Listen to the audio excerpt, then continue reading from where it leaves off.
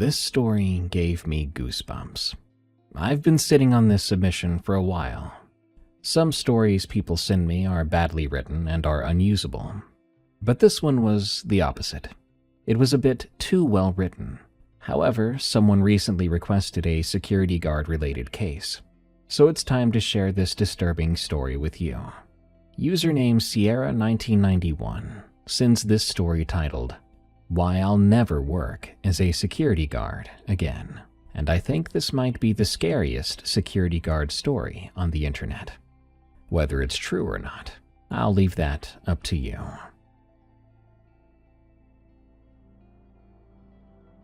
I took the job 3 days after my daughter stopped talking to me. Not because of the pay, though $18 an hour plus free housing was more than I'd seen in 2 years delivering pizzas to people who didn't tip, but because I needed to be somewhere she couldn't call, couldn't text, couldn't show up unannounced and see what I'd become. The ad said live-in security, isolated location, minimal supervision. That last part was what sold me. Isolated, alone. Exactly what I deserved. The facility didn't have a name anymore, or if it did, nobody used it, and no one told me. The property manager who hired me over the phone just called it the site. 40 acres of pine woods 2 hours north of anything worth calling a town, wrapped around a complex of brutalist concrete buildings which had once housed troubled kids. Juvenile detention, the kind of place for kids whose parents had given up. It closed in 2003. Some scandal, the manager said, though he didn't elaborate and I didn't ask. My job was not to know its history. My job was to live there and make sure squatters didn't burn it down before the lawyers finished fighting over who got to demolish it. 4 patrols a night, 10 p.m., 1 a.m., 4 a.m., 6 a.m. Walk through all the buildings, check the doors, document anything unusual. The rest of the time was mine to do whatever the heck I wanted, as long as I stayed on property and stayed sober. The last part I told them I could do. We'd see. I moved in one evening when the light was already going thin and yellow through the pines. The property manager met me at the gate. A kid who was maybe 25 years old, really, who kept the engine running on his Honda like he couldn't wait to leave. He handed me a ring of keys, heavy enough to brain someone with, showing me which one opened the main admin building, and pointing toward a cluster of structures deeper in the woods. "Residential units are back there," he said. 3 of them, A, B, and C. Kitchen and cafeteria are in that long building right there. Your quarters are second floor of admin, just past the old offices." He paused. "You ever do security before?" "Yeah, in the private sector." I lied. I had done loss prevention at a Walmart once, before they fired me for showing up drunk. Close enough. "Right." He didn't believe me, but I don't think he cared. "Cell service is crap out here, but there is a landline in your quarters. Emergencies only, it goes straight to my boss. You got problems, you call. You got questions, well, you figure it out." He put the car in gear. "Patrols start at 10 tonight. Don't skip them.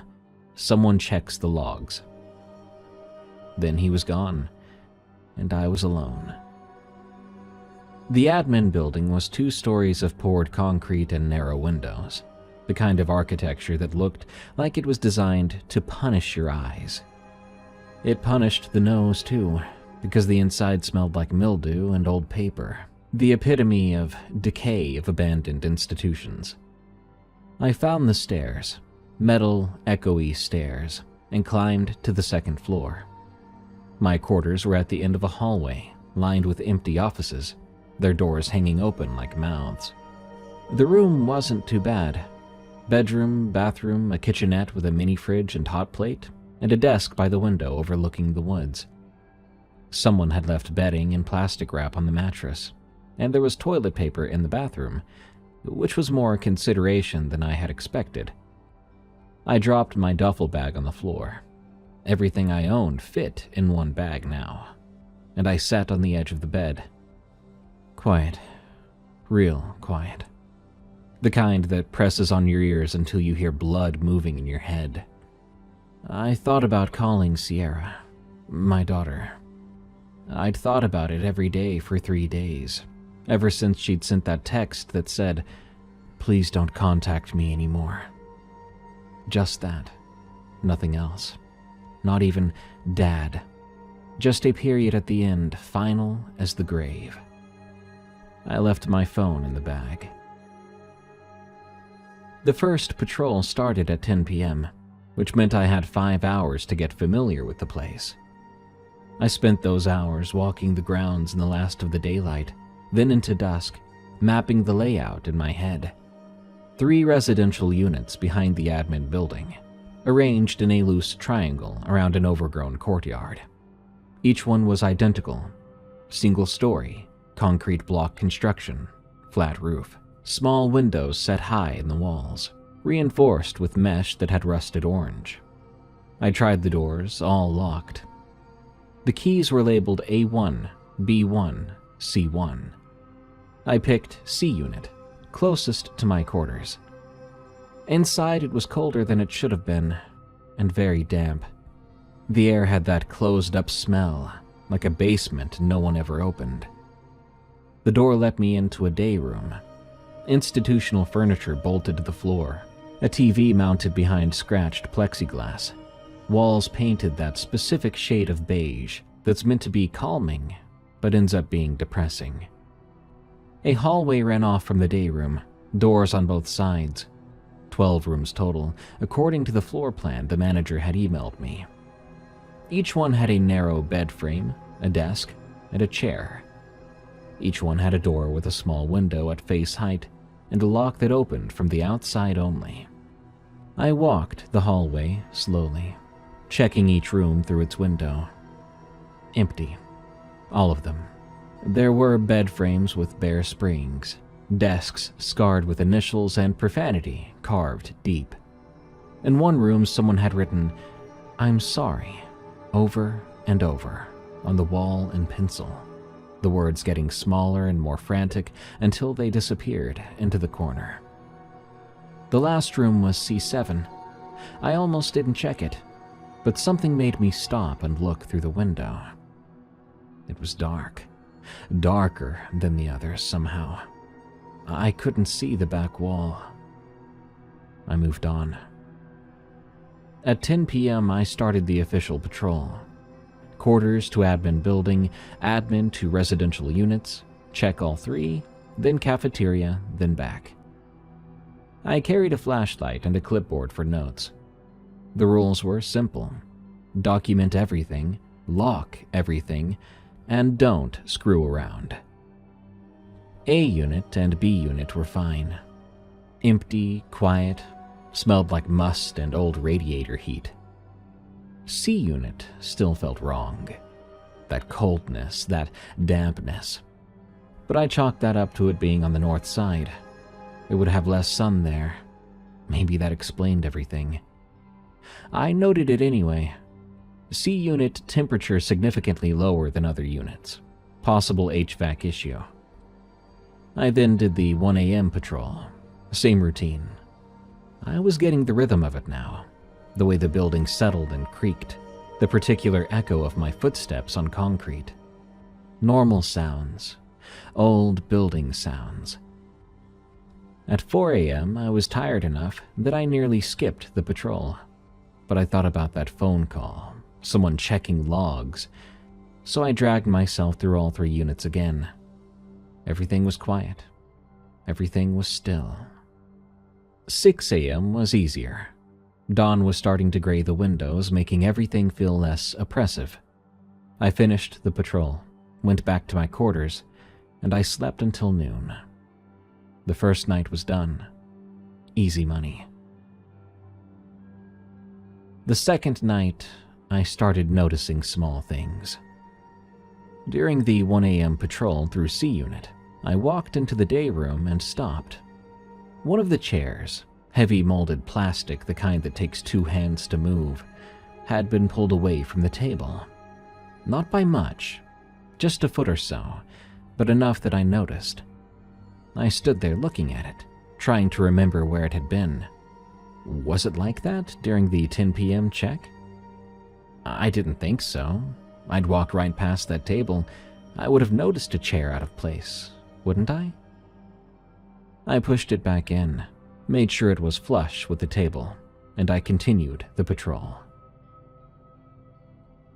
4 a.m. I came back through.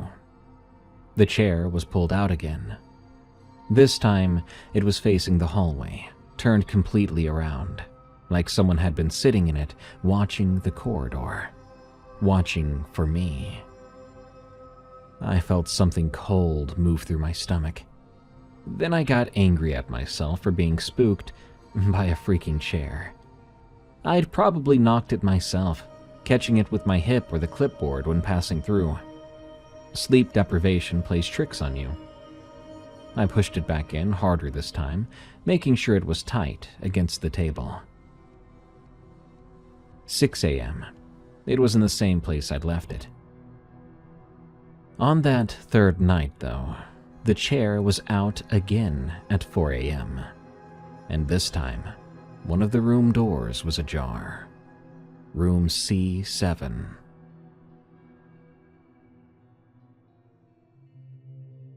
I stopped in the hallway, flashlight beam fixed on the dark gap. The door was open maybe 6 inches. I could see nothing inside, just blackness deeper than the beam could penetrate. I had all the keys. I'd locked every door during the 10 p.m. patrol. I was sure of it, wasn't I? I approached slowly, that cold feeling back in my gut. The door was solid steel, institutional grade, with a lock that only opened from the outside. There was no way it could have opened on its own. I pulled it wider and swept my light through the room. Empty bed frame, small desk, a chair, window high on the far wall, sealed and barred. Nothing else. No one. I pulled the door shut and locked it. Checked the handle twice, too. Solid. Secure. I made a note. C7 door lock may be faulty. 6 a.m. The door was open again. Just a crack. I stood there in the hallway, dawn light starting to peek through the windows, and I felt something I hadn't felt in years. Real fear. Not the kind that comes from knowing you've screwed up. I was used to that. The kind that comes from knowing something is wrong and you can't explain it. I closed the door, locked it, and I went back to my quarters, but I didn't sleep. The fourth night, 2 a.m., I found footprints.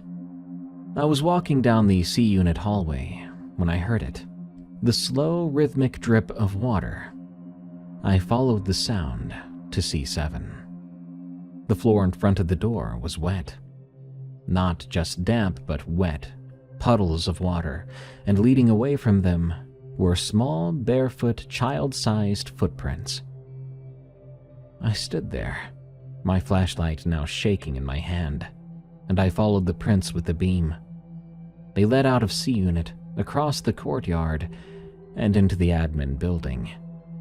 I followed them like a man in a dream, my own footsteps silent behind me.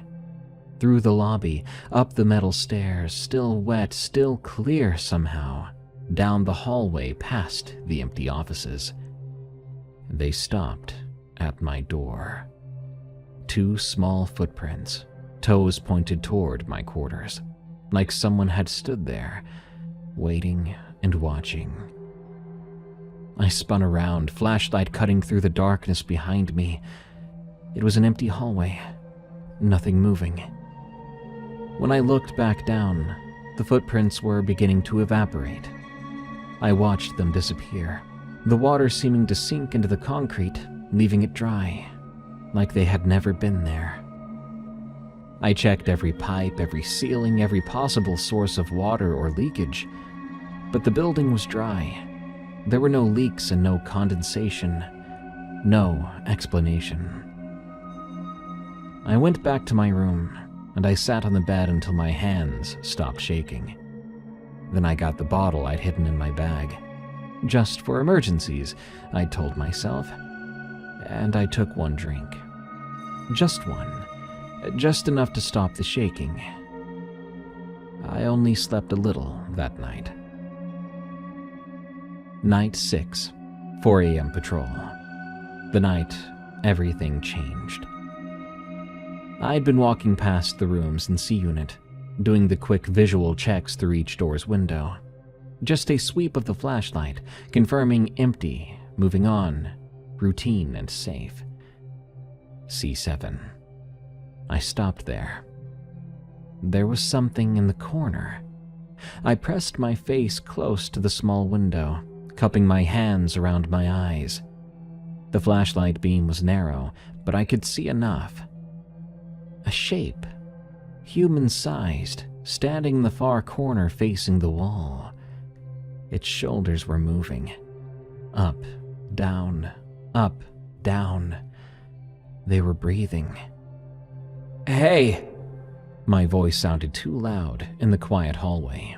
"You need to leave. This is private property." The shape didn't move, and it didn't turn, but it did keep breathing. I tried the door. It was locked. "I'm gonna call the police if you don't say something." Still nothing. Just that steady breathing, shoulders rising and falling. I ran back to my quarters, grabbing the master key for C-Unit rooms. There was a separate one for the individual cells, heavier and much older. 3 minutes, maybe less. I was fast. I ran back, key ready, breathing hard. I unlocked C7 and shoved the door open, then pointed my flashlight up. Empty. Completely empty. Bed frame, desk, chair, but nothing else, no one else. But there was nowhere to hide. The window was sealed, the room was concrete on all sides, and the door was locked. Impossible. I stepped inside, sweeping every corner with the light. There was nothing. My breathing was coming faster now, panic rising. I'd seen something. I knew I had. I turned to leave. The door swung shut in front of me. The lock on the other side clicked. I lunged for the handle, keys in my hand, but the handle would not turn. I twisted it, yanked it, and then the lights went out. I was in complete darkness. But I heard breathing.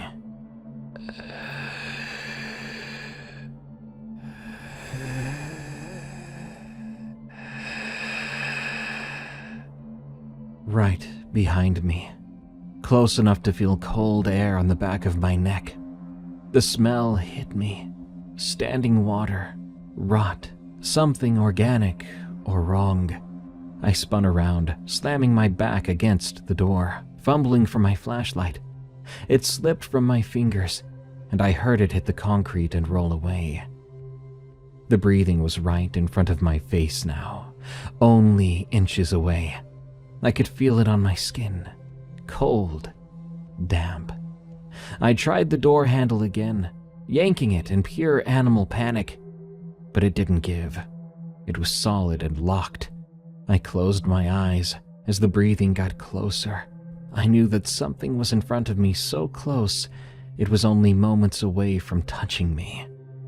And just then, the door handle finally turned. I fell backward into the hallway, landing hard on my back. The lights came back on, flooding the corridor. I scrambled to my feet and looked back into C7. The door was wide open now, but the room was completely empty. And even though I had dropped my flashlight and heard it roll across the floor, there it was, perfectly in the center of C7, standing upright on its lens. I ran in, grabbed it, and ran away.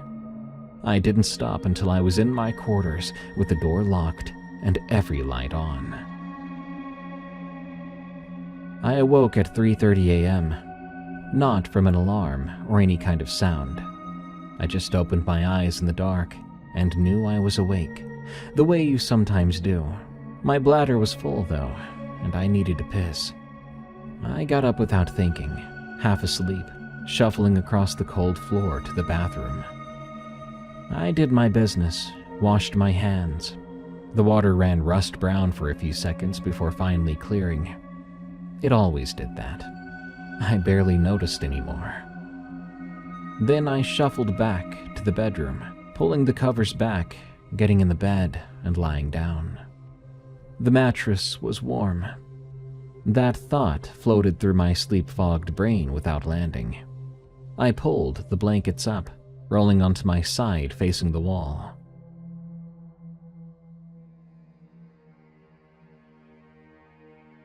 And then, something got into bed behind me.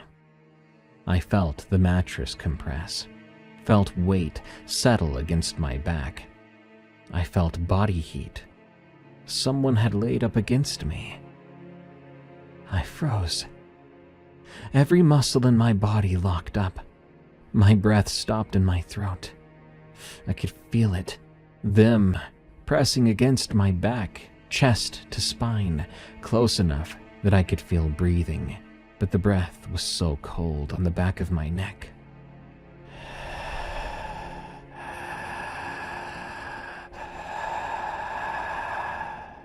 My mind was screaming at me to move, to turn around and run, but my body wouldn't respond. I lay there, like a corpse, eyes wide open in the dark, feeling that cold breathing on my skin. What if I turned around? What if it grabbed me? What if turning around was what it wanted? What if... I forced myself to roll over, fast, all at once, like ripping off a bandage. And right there, behind me, was empty air, rumpled sheets, nothing. I lunged out of bed, hit the light switch. Every light in the room blazed on. The bed was empty, but the sheets on the other side were pulled back and folded down neatly, the way you do when you're getting into bed. And the pillow on that side had an impression in it, a head-shaped dent. I reached out, touched it, and it was still warm. I grabbed my jacket and left. I went down to the office on the first floor, and I spent the remainder of the night in a desk chair with the door locked, dozing in 20-minute increments, jerking awake every time my head dropped, sleeping fitfully through the next patrol. When morning came, I went back upstairs. The bed looked normal. The pillow was flat. I told myself I'd dreamt it, but I wasn't about to believe that. Night 10, 4 a.m. patrol. My flashlight was dying. The beam had gone from bright white to sickly yellow, dimming every few minutes before flickering back. I made a mental note to grab batteries from the supply closet, if I could find it, that is, and if it had batteries. I was halfway through C Unit when I heard a sound. It was coming from the cafeteria, metal on metal, like scraping. I stood in the hallway and listened. It didn't stop. It was steady and mechanical, like something spinning. I followed the sound. The cafeteria was a long room with tables bolted to the floor, and a serving line that looked like every institutional cafeteria I'd ever seen. Behind that, through double doors, was the kitchen. That's where the sound was coming from. I pushed through the doors. One of the industrial mixers was running. The big kind, waist high, with a bowl that could hold 10 gallons. The paddle inside was turning slowly, scraping the metal bowl with each rotation. Scrape, scrape, scrape. But the bowl was empty.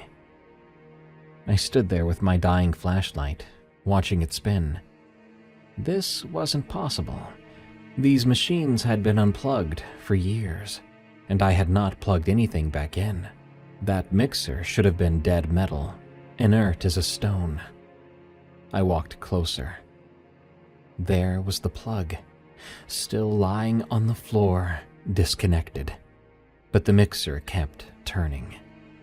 I reached for the manual shutoff, a big lever on the side, and that's when I heard footsteps behind me in the cafeteria. I spun around. Someone was standing in the doorway. Small, possibly a child, silhouetted against the dim green glow of the emergency exit light. They were watching me. "Hey, stop right there!" I called out. My voice came out too loud, too sharp. They didn't move or speak, so I took a step forward. I said... Suddenly, they took a step backward, into the dark part of the cafeteria. I could no longer see them. I ran through the kitchen doors, into the cafeteria, sweeping the flashlight through the dark. But all of it, every inch, was empty. There was no one there, even though there was nowhere to hide. When I looked back toward the kitchen, the mixer had inexplicably stopped. I went back over to the mixer, slowly. My heart felt weak, especially when I saw that there was something in the bowl now. Mud, dead leaves, and a piece of fabric. Institutional blue. Was it the color of the uniforms they'd used here? It was torn and stained dark with something that might have been rust. But I didn't touch it. I left it there and finished my patrol like a man going through the motions of being alive. And when I got back to my quarters, I threw up in the toilet until there was nothing left. Day 11. I couldn't take it anymore. I needed to understand, needed to know what this place was. What happened here? What was harassing me, and why wouldn't it leave me alone? I spent the morning going through the admin offices, pulling open filing cabinets that stuck with rust, digging through water-damaged boxes. Most of it was worthless. Old requisition forms and cafeteria menus, some disciplinary reports for staff smoking in prohibited areas. But then, I found the floor plans. Basement level. I'd assumed the buildings were single-story, but there it was on the yellowed paper. There was a basement under the admin building.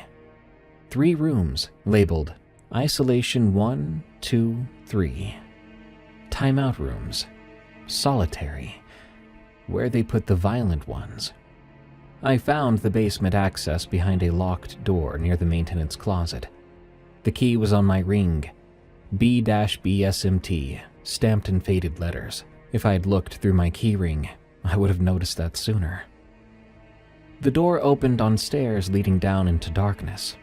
That standing water smell came back, hitting me in the face, with that organic wrongness I'd smelled before.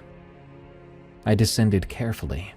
My good flashlight, I'd found batteries, cutting a white beam through the black. The temperature seemed to drop with every step. When I made it to the bottom, my feet splashed. The basement was flooded. There was 4, maybe 5 inches of black water covering the concrete floor. It looked thick and oily. There were things floating in it that I did not want to examine.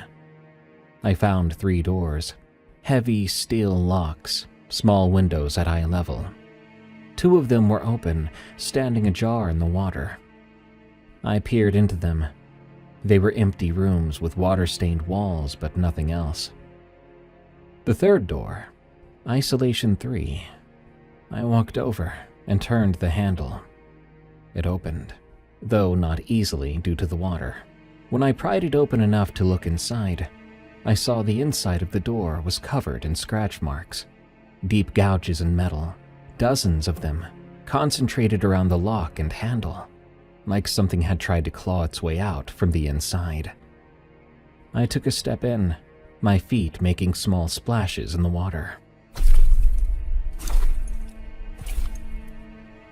That's when I heard splashing behind me. I spun around, pointing my flashlight. The water was moving, disturbed and rippling outward from a point I couldn't see.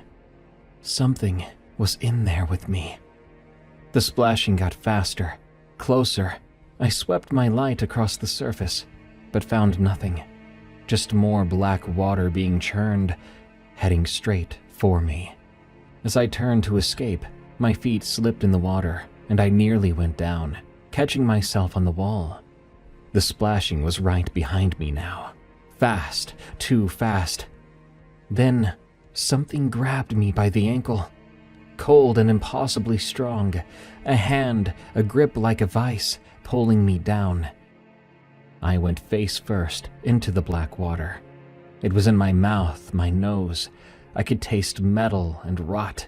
I kicked hard and panicked, and I felt my shoe connect with something solid, and the grip released. I scrambled up the stairs on my hands and knees, animal panic driving me. I refused to look back, not thinking, just moving. I hit the door, slammed it shut, and turned the lock.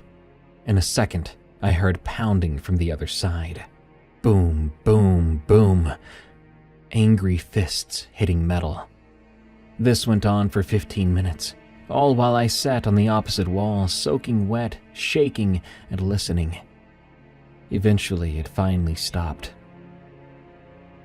Later, still soaking wet, I found an old incident report in one of the filing cabinets. 1987, an inmate named Howell, age 14, had been found dead in the basement drainage system after being reported missing for 6 months. The body was extremely difficult to identify due to how much it had decomposed. The cause of the initial death was never determined.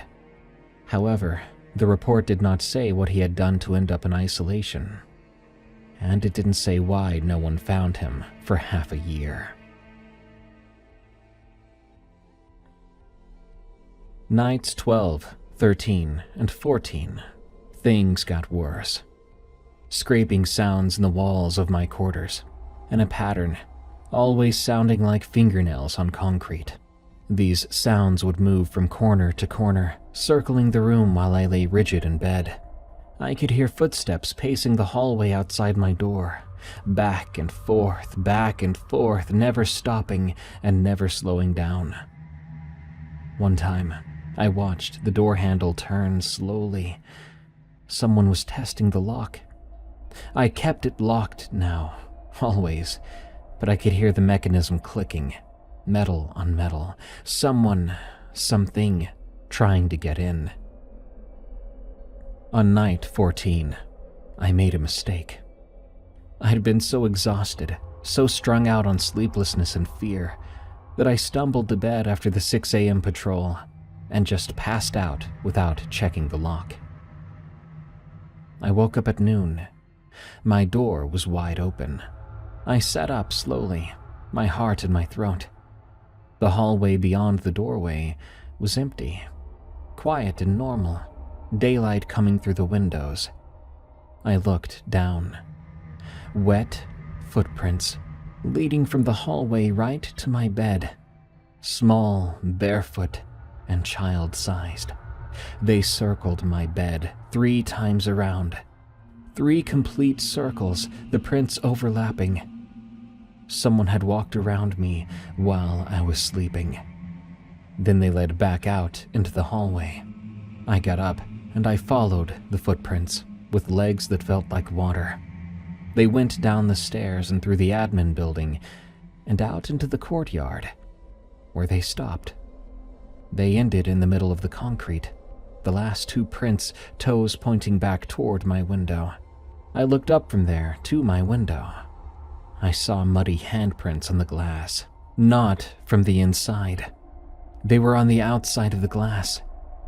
I was on the 2nd floor of the building. There was no ledge, no way to reach that window, nothing to stand or climb on.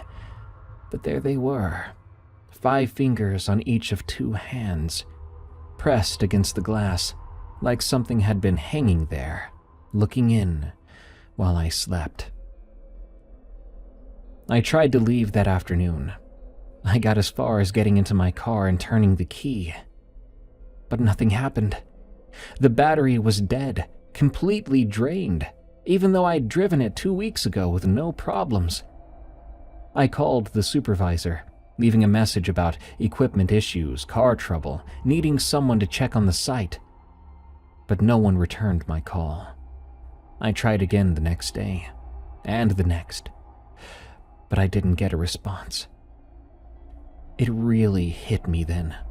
I'd been there for 2 weeks and no one had checked on me. Nobody had called.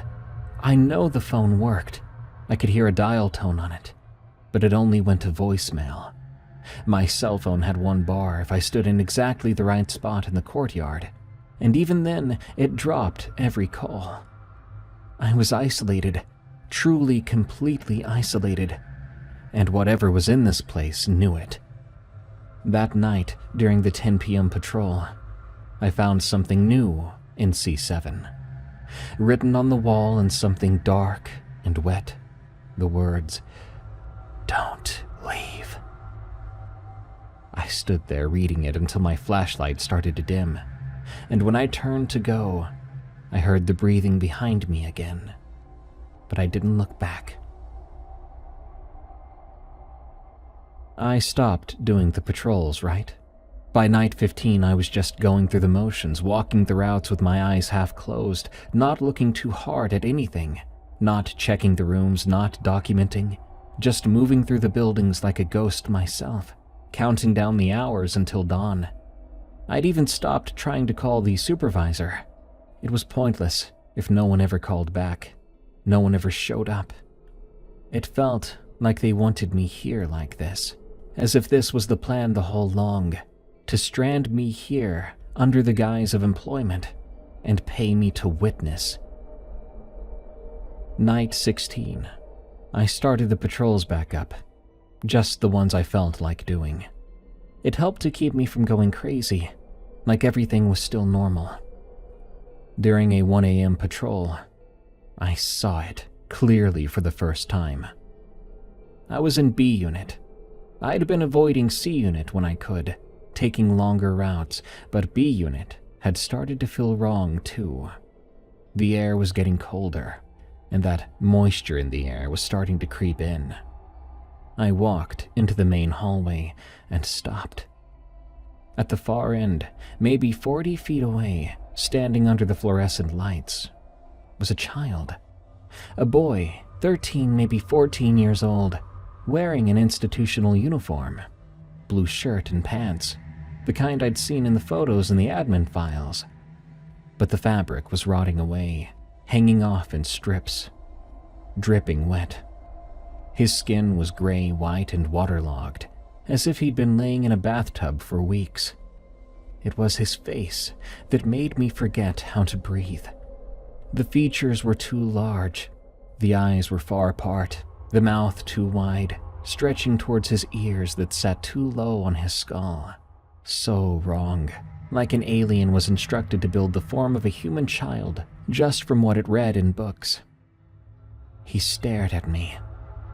We stood there in the hallway, 40 feet apart, looking at each other. My flashlight beam was steady on him. The boy didn't blink or move. Eventually, I found my voice, and I called to him. "Howl?" His head tilted. That movement, that familiar but wrong bird-like tilt, it was sickening. He turned then and walked into room B18, just casually, like a kid going to his room. I approached slowly. I wanted to run, like all those other nights before. But there were things I needed to know, needed to see. I looked through the small window in the room. It was empty. I'd just seen him go in there, but he was gone now. But behind me came the sound of bare feet slapping on concrete. I turned. Howl was at the other end of the hallway now, the end I'd just come from, standing there like he'd been waiting for me to turn around the entire time. Impossible. He then walked into room B3. I followed after him in a hurry and looked through the window. Of course, it was empty too. The bare foot slapping on concrete came again, running now, right towards me. I whipped around. He was in the day room doorway, watching me. I didn't call out. Instead, I calmly walked towards him, even though my hands were shaking. He backed up into the day room, and I followed. A door slammed in the distance, echoing through the connecting corridor from C Unit. He was leading me somewhere, or playing with me, maybe testing how far I'd go. I followed still. I went through the corridor into C Unit. By free will, I was back in that nightmare structure. I went down the hallway, checking rooms, empty, empty, empty. But I could hear him moving, always just ahead and out of sight, until I made it to the C Unit day room. Howell was standing in the center of the room, facing away from me. He was perfectly still, water dripping from his clothes and pooling around his bare feet. I stopped there in the doorway. The air in that room was arctic. My breath came out in a fog. "What do you want? Why are you here and doing this to me?" I asked. He stayed perfectly still. "Howell, please." I took a step forward, then another. I don't know why. Maybe I thought if I could reach out and just touch him, I could prove he was real and I could make sense of this. Maybe I'd gone far enough past rational thought that it didn't matter anymore. When I got close enough, I reached out toward his shoulder. The boy spun around impossibly fast, inhuman. 1 second his back was to me, the next his face was inches from mine. His mouth stretched open wide until I could see down his throat, see this black water sloshing around inside him and things moving about in there that weren't supposed to be moving. His breath hit my face. That was the source of that stagnant water smell. All that putrid scent from the basement condensed into vapor. He made a sound then, between a scream and a laugh. It was high-pitched and went on too long, and yet his chest didn't move, as if the sound was coming from somewhere else inside of him. I stumbled backward. My foot caught on one of the chairs. I tripped, and my head hit the concrete floor. For a moment, my vision blurred, and Howell was still standing there, watching. But his mouth was nearly closed. He turned and walked into the hallway, towards room C7. Dizzy, I walked out there, and I saw his form enter into room C7. Without even touching the door, it opened, let him in, and closed. I sat on the floor there and stared at the ceiling, listening to the dripping water sound from somewhere in the walls. There was this scraping sound in the ceiling in the following days. Throughout week 3, it was constant. During patrols, during the day, at night, some sort of animal moving through the crawl space above me. It even followed me from room to room. On night 19, I was walking through the admin building when I heard it directly overhead. I stopped, and I looked up, expecting to see nothing as usual. But what I saw was one of the ceiling tiles. It was displaced, pushed up into the side, leaving a gap of darkness. Something scurried through that dark, very fast. I heard it moving through the ceiling space. It sounded like a huge spider had made its home in the ceiling. I decided to follow the noise, through the admin building, into the connector to A Unit, tracking it by sound. But it was so fast. If it wasn't so loud, I would have lost it. I chased it into the cafeteria. I looked up and saw yet another displaced tile. And through the gap there, I saw it. Howell's face, peering at me through the gap, from the darkness. He appeared to be crawling on all fours. I watched in terror as he crawled out of that gap in the ceiling like a trapdoor spider, crawling and clinging to the ceiling like he was some sort of insect. His stomach faced the ceiling, back to the floor. Each of his joints bent backwards. It made me hurt just to watch. But his head, it continuously faced towards me, twisted completely around, looking down. And he was grinning. black water dripping from his mouth, pattering onto the floor below like rain. Then he scurried away through the ceiling space. I could hear him go, joints clicking and nails scratching on metal ductwork. The sound circled the building, heading toward my quarters. I gave chase again, down the hallway, all the way back to my room. I got the door open and slammed it shut behind me, throwing the deadbolt. The scratching in the ceiling stopped. There was silence for a while. I stood still, breathing hard and listening.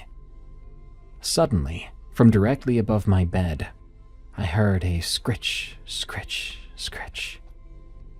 It stayed there the rest of the night.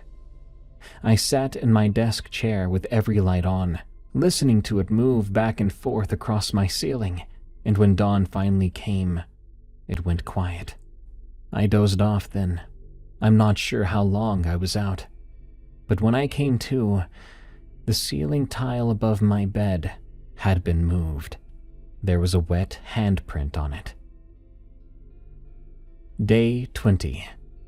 I tried to leave again. I had to this time, not out of fear, but because of desperation. I had no food left. My car still would not start. I tried jumping it with the emergency kit, but nothing. I thought maybe I could walk out, just walk along the road until someone saw me, or until I made it to town, whichever came first. I made it to the edge of the parking lot, because then I saw the figure at the tree line. 50 yards away from me, motionless in the pine trees. It was Howell, watching me. I stopped, and we had yet another stare down across the dead grass and gravel. I pivoted and began to walk the outside perimeter, looking for another way out. But he would be there, at a different spot, waiting, always aware of where I was going, even before I knew. I tried this several times, going in different directions, but each time he was already there, waiting at the exact spot that I was heading towards. Eventually, I stopped. I stood there in the cold autumn air and felt something break inside me. When I looked up at my quarters window on the second floor, there was Howell standing at the glass, looking down at me and smiling. I went back to my room. No hurry. My mind was broken. I didn't know if I could cry or scream or do anything besides breathe and walk anymore. When I got back to my room, it was empty. Of course it was. Of course Howell wouldn't be there. But the bathroom door was open, and it was flooded. Black water flowed out from the bathroom, lapping at the doorframe, the same kind of disgusting water from the basement that smelled like death. When I looked away from the floor and really looked around, I saw the handprints on every surface. The mirror, the walls, the ceiling, small handprints on everything, as if Howell had been in there for hours, just messing with everything and marking his territory. I backed out and closed the door. I went for a walk, crying silently for about 2 hours. When I came back, my room was completely clean. The prints were gone. The flooding water was no longer there. I was going insane. I was on day 21. I'd come here to be alone, to be somewhere she couldn't find me. But I understood clearly then. I wasn't alone here. I'd never been alone here. Tomorrow, I'll try to leave again. Tomorrow, I will find a way out. Or try to. But deep down, in a place I didn't want to acknowledge, I knew the truth. There may be no leaving for me. And I wondered if it even mattered. Night 23. I decided to end it. Not my life, though I'd thought about that. Lying awake in my quarters while something was scratching at the walls and ceiling. No, I was going to end this, whatever this was. I was going to find Howell, confront him, make him stop, or make him kill me. Either way, I'd be over and done with this. I gathered what I needed. a flashlight, crowbar from the maintenance closet, the key to the basement. It was 2 a.m. when I descended the basement stairs again. That smell hit me like a truck long before I reached the bottom. It was worse now, much worse. The water had risen too.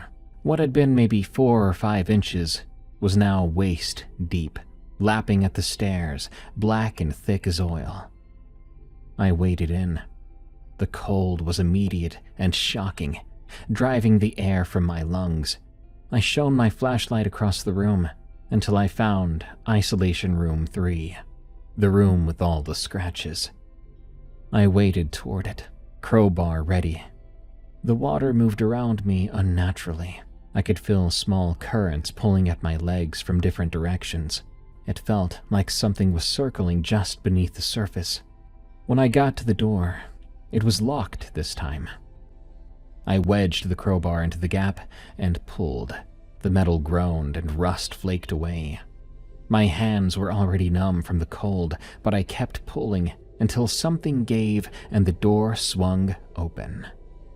The room inside was not empty now.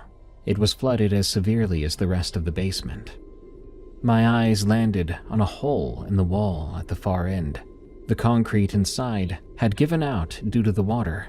I saw pale shapes floating in the water, and that same pale color hanging from that hole in the wall. Bones. Human bones. And they were not the size of an adult.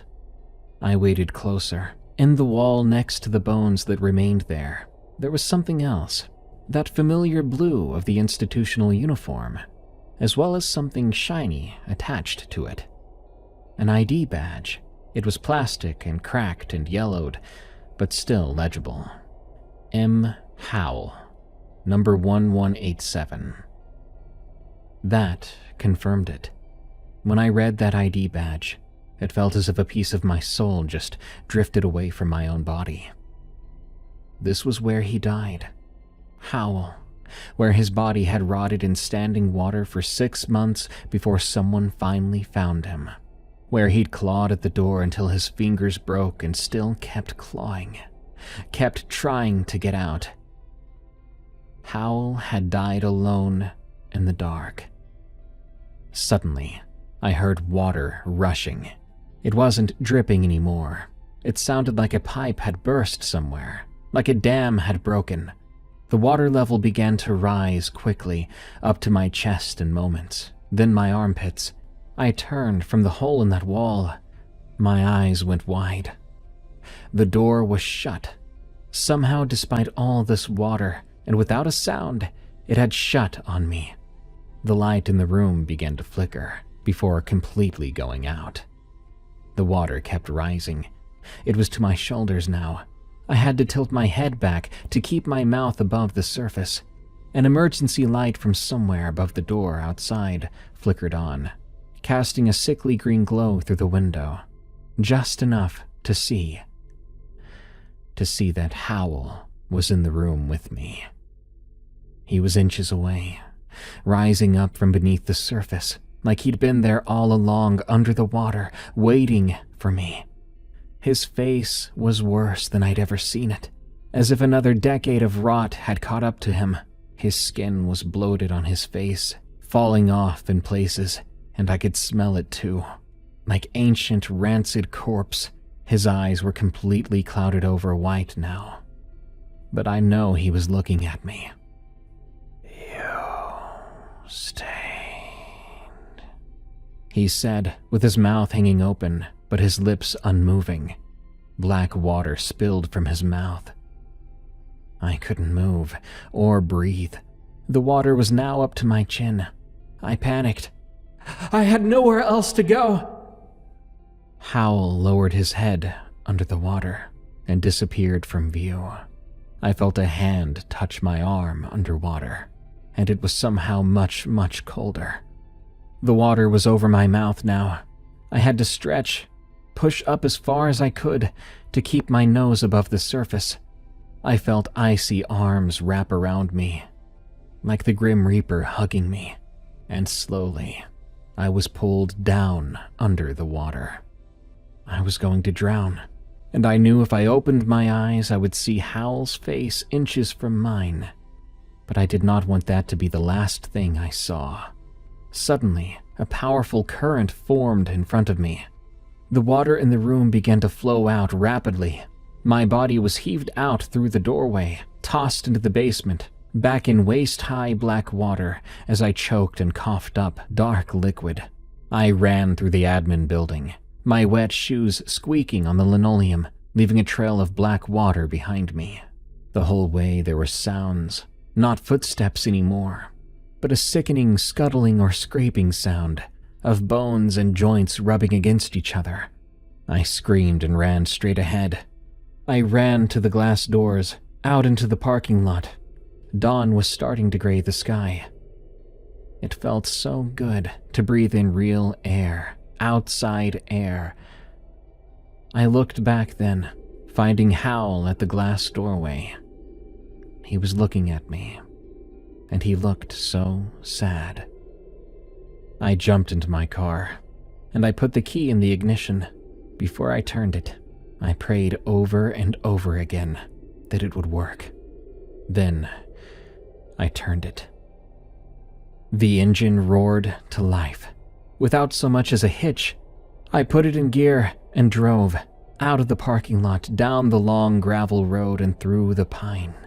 I watched the facility in my rearview mirror until the trees swallowed it.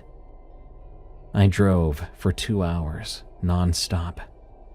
I made it back to town, and I found a gas station. I called the property management company from my phone, which now had proper reception. My supervisor sounded annoyed when he answered.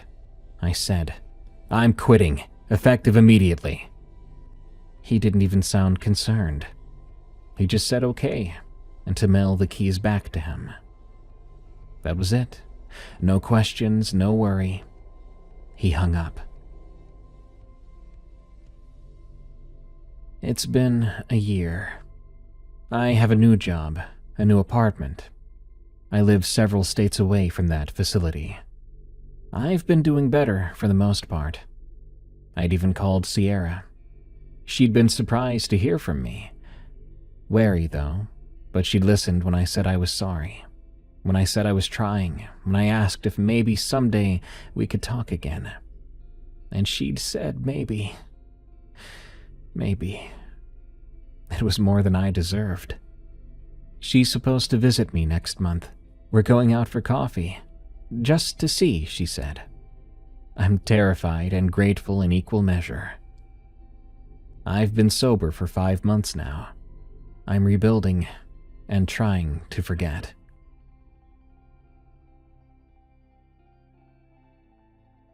You only have one life to live, and some lives get cut short too soon. So make it worth it. Stay close to your loved ones.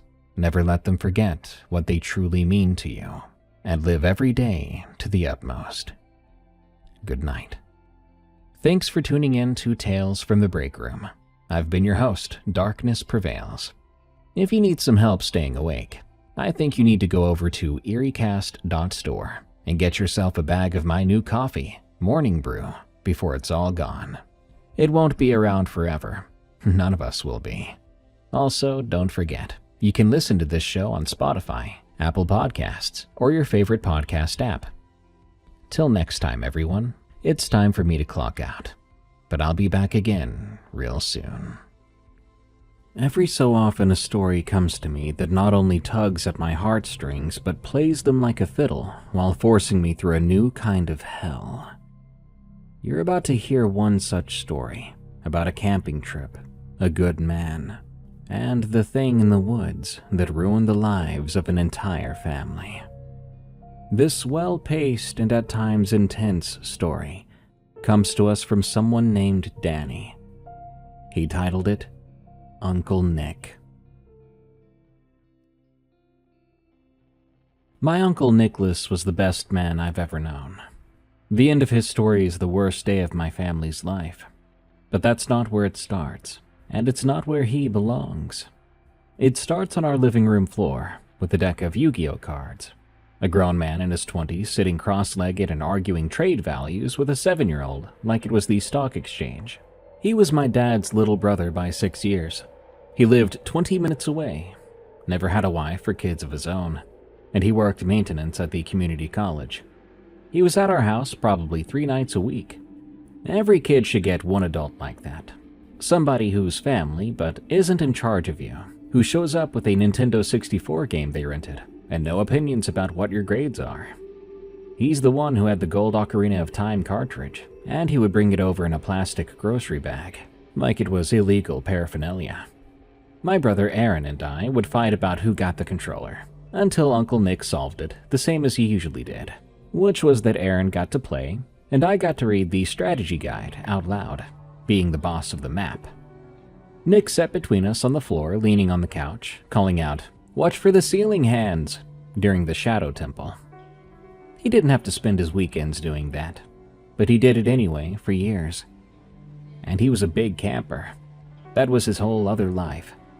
Nick was in the woods almost every weekend, sometimes alone or sometimes with a buddy. And he came back from those trips with stories that made my brother and I insane with wanting to go. One time he said a copperhead was in his boot, and on another time he said a black bear stole his entire cooler, carrying it off like a lunchbox. He would tell these stories at our kitchen table, his hands doing little recreations. My mom would say, "Nicholas, now they're not going to get any sleep." And he'd wink at us, and we would in fact not sleep. We'd either be creeped out, or talking about how cool that was, or we'd talk about what we would do if we were in that situation. He begged my dad for years to let him take us. I mean years. I was there for a lot of the begging. Nick didn't do it privately. He would do it at dinner, like a lawyer making a motion he knew would get denied. "Dave, it's car camping. The truck is right there the whole time." When Danny's older. Aaron's 9 though. I was sleeping outside alone at 9. "And look how you turned out," my dad would say, and Nick would grab his own chest like he was shot. That was the routine over and over for years. It was never really a fight. My dad wasn't scared of the woods, and he wasn't scared of Nick. He just had a thing, which I understand now that I have my own kids, that thing about both of his sons being somewhere he wasn't. "When Danny's 10, he finally said one night, when I was 8 years old, to get Nick to stop asking. Both of them together, though, or neither, and when Danny is 10. So the year I turned 10 was the year. All of that history is why the first trip was what it was to us. It wasn't just a camping trip. It was the thing we had literally been waiting for a third of our lives. Nick showed up that afternoon with the truck already loaded, and a brand new sleeping bag for each of us, tags still on them, which on his paycheck was not nothing. My mom took a picture of the 3 of us by the tailgate that I still have, and in it, Nick's smiling so big his eyes are shut. He took us to a spot he just kept calling the Pines, in the National Forest a couple hours from home. He'd picked it for us, I understood later. A beginner spot, with an easy half-mile walk in from where you park, a big flat established site, and a fire ring already there. There was even a creek down the hill you could hear from your tent. Nothing about it was scary or hard. He spent that whole first day being the best version of a person I've maybe ever seen, teaching us to set up a tent, and then took it down and made us do it ourselves. Then we all cheered like idiots when we set it up. He let Aaron use the hatchet under supervision. Then we cooked hot dogs and s'mores, and then, because we were still hungry, the way boys usually are, a second round of hot dogs. It was the best day of my childhood up to that point. Full stop. And it stayed the best day right up until about 9 o'clock that night. Because after dark, Nick got out the flashlights and said, "You want to see something cool?" And he took us down to the creek. That part was his tradition, I found out at the funeral, from a buddy he used to camp with. Nick liked to walk to water in the dark and turn the flashlight on the creek because the crawdad eyes shine back at you like little coals. And it worked. It was really cool. We crouched on the rocks. Aaron caught one with his hands, and it pinched him. I've never laughed harder. 10 years old, pitch dark woods, my uncle's hand on the back of my jacket so I didn't go into the creek. My brother was yelping and flapping his hand. That was probably still the best hour of my childhood. We started back up the hill to camp around, 10. We went single file on the path. Aaron was in front with a flashlight, and I was in the middle, with Nick behind me. We were about halfway up, when Nick put his hand on my shoulder and said to us, "Hold up," quietly. He clicked his light off and told Aaron to click his off too. We stood in the dark. Then I heard what he had been hearing. Footsteps, off to our left and up the slope in the leaves. They weren't too close, but they were moving. Then they would stop, and I remember thinking, even at 10 years old, that not hearing it move anymore was the scarier part. It seemed to stop only a moment after we stopped. "Deer?" Aaron said. "Probably," Nick said. He then moved me by the shoulder so I was in front of him and moved himself to the back of our line, in reference to us in the sound. And he said, "Keep walking on up, guys. Don't run, just walk on." So we walked, and then the footsteps continued, walking too alongside us.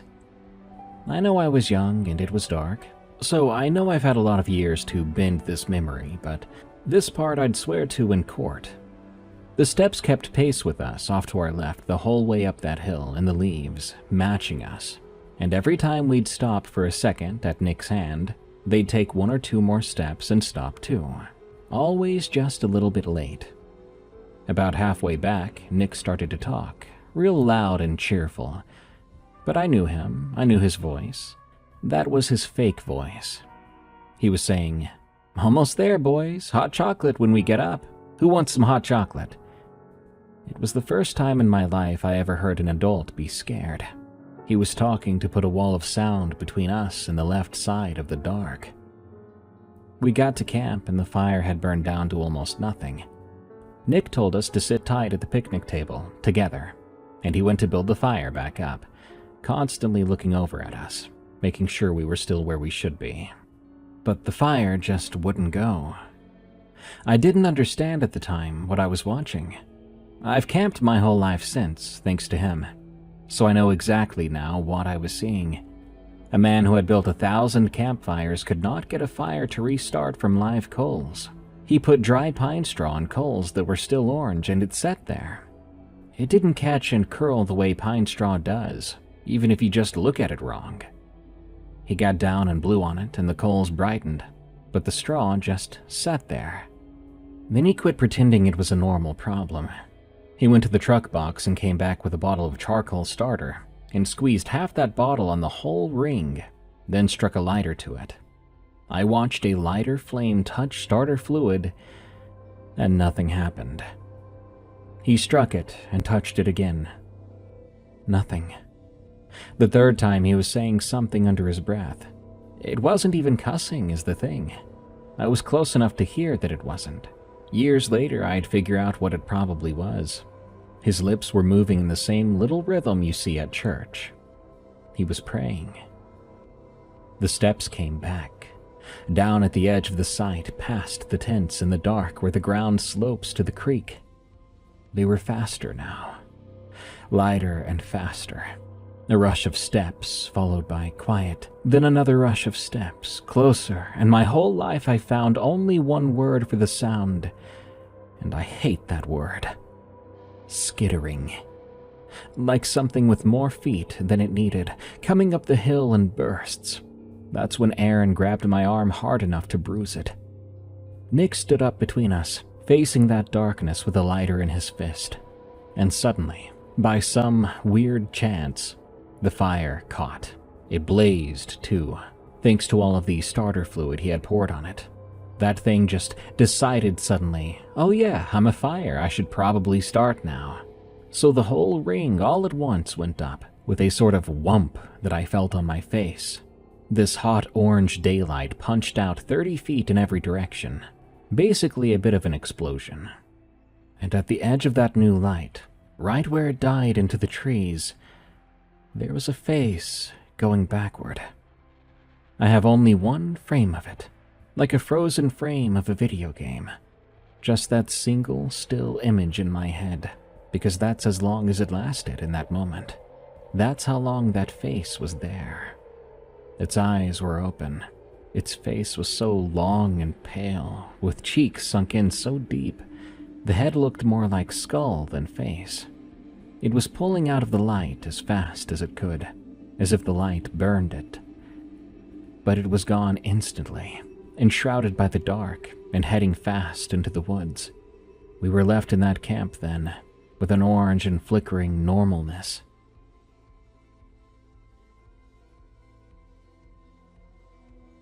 Nobody said anything for a second. Then Nick said, "There it goes," in a weird, bright voice. And then Aaron said, "What was that?"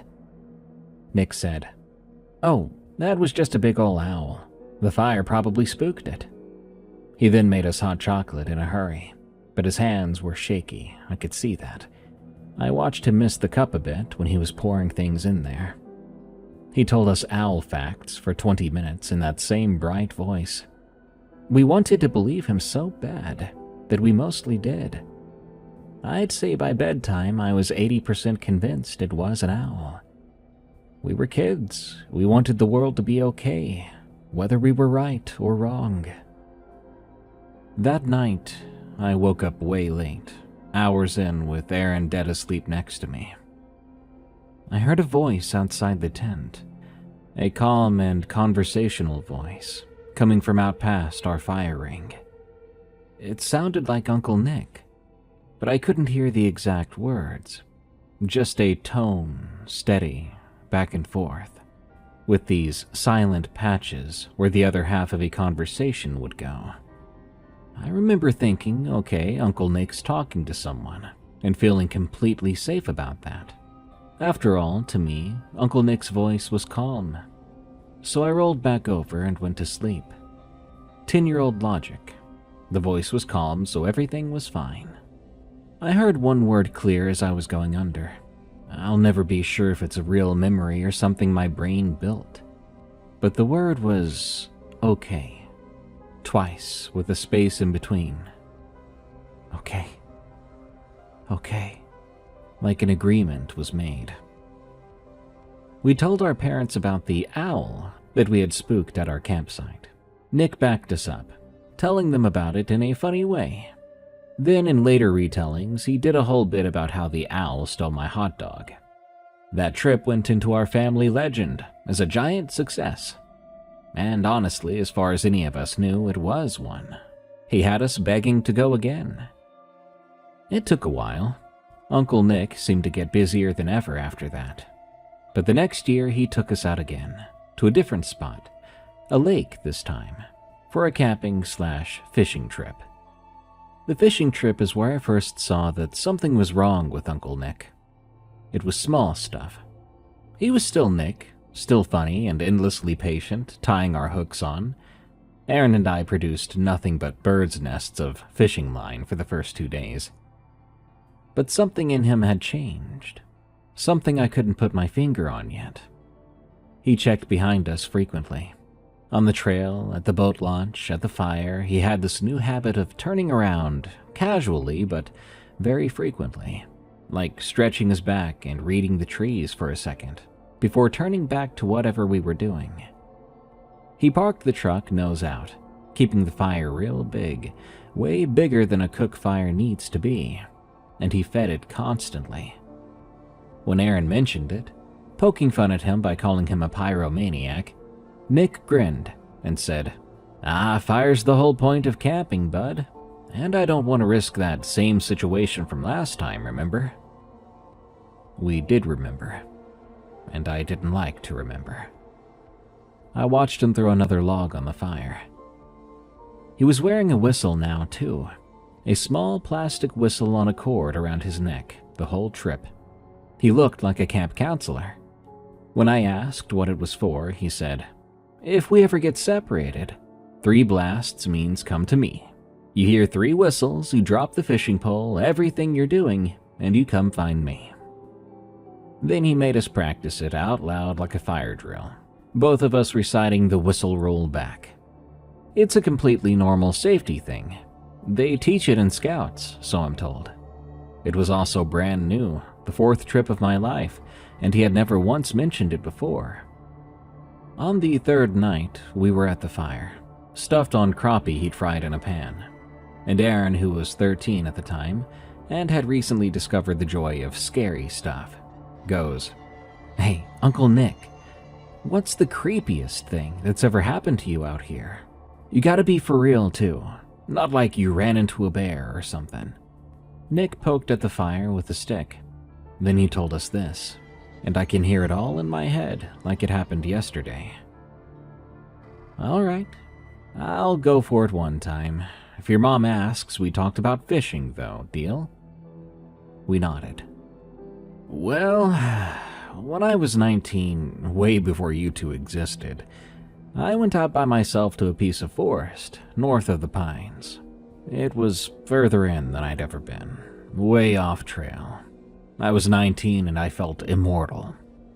The plan was just one night. I'll walk in the morning, camp, walk out the next day, and the whole first day was fine, except it was really quiet.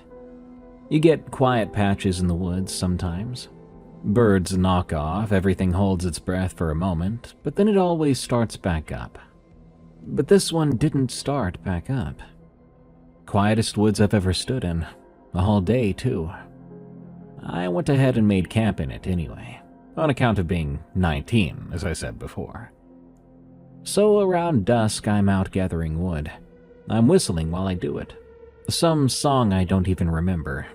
Didn't even know I was doing it either. But that's when, I swear to you, the woods whistled it back. He stopped there and cleared his throat. The two of us remained glued to our seats. It was the same tune I whistled, and it came from off east in the trees. I stopped, then it stopped. I stood there telling myself it was some kind of bird. There are birds out there that'll mimic you perfectly. That's a real thing. I then heard the four notes again, closer, but the pitch had been shifted. It wasn't as right as it was before. I didn't sleep out there. I sat up against a tree all night with my fire and my knife.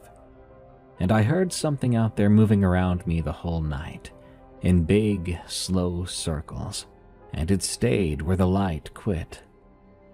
This is where his story went from campfire spooky to something else entirely. Nick's voice changed, and he quit doing the storyteller thing with his hands.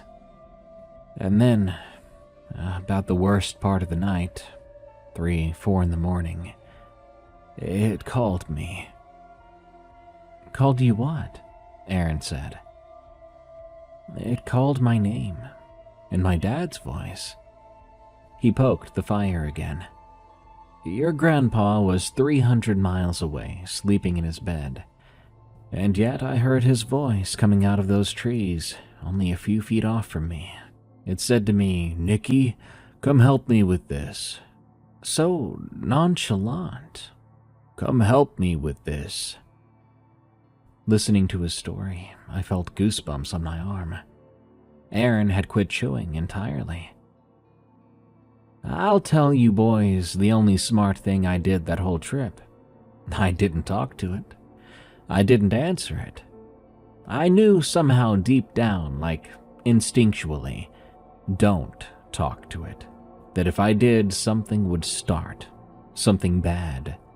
So I sat there with my mouth shut all night while my dad's voice tried different things to get me to come to it.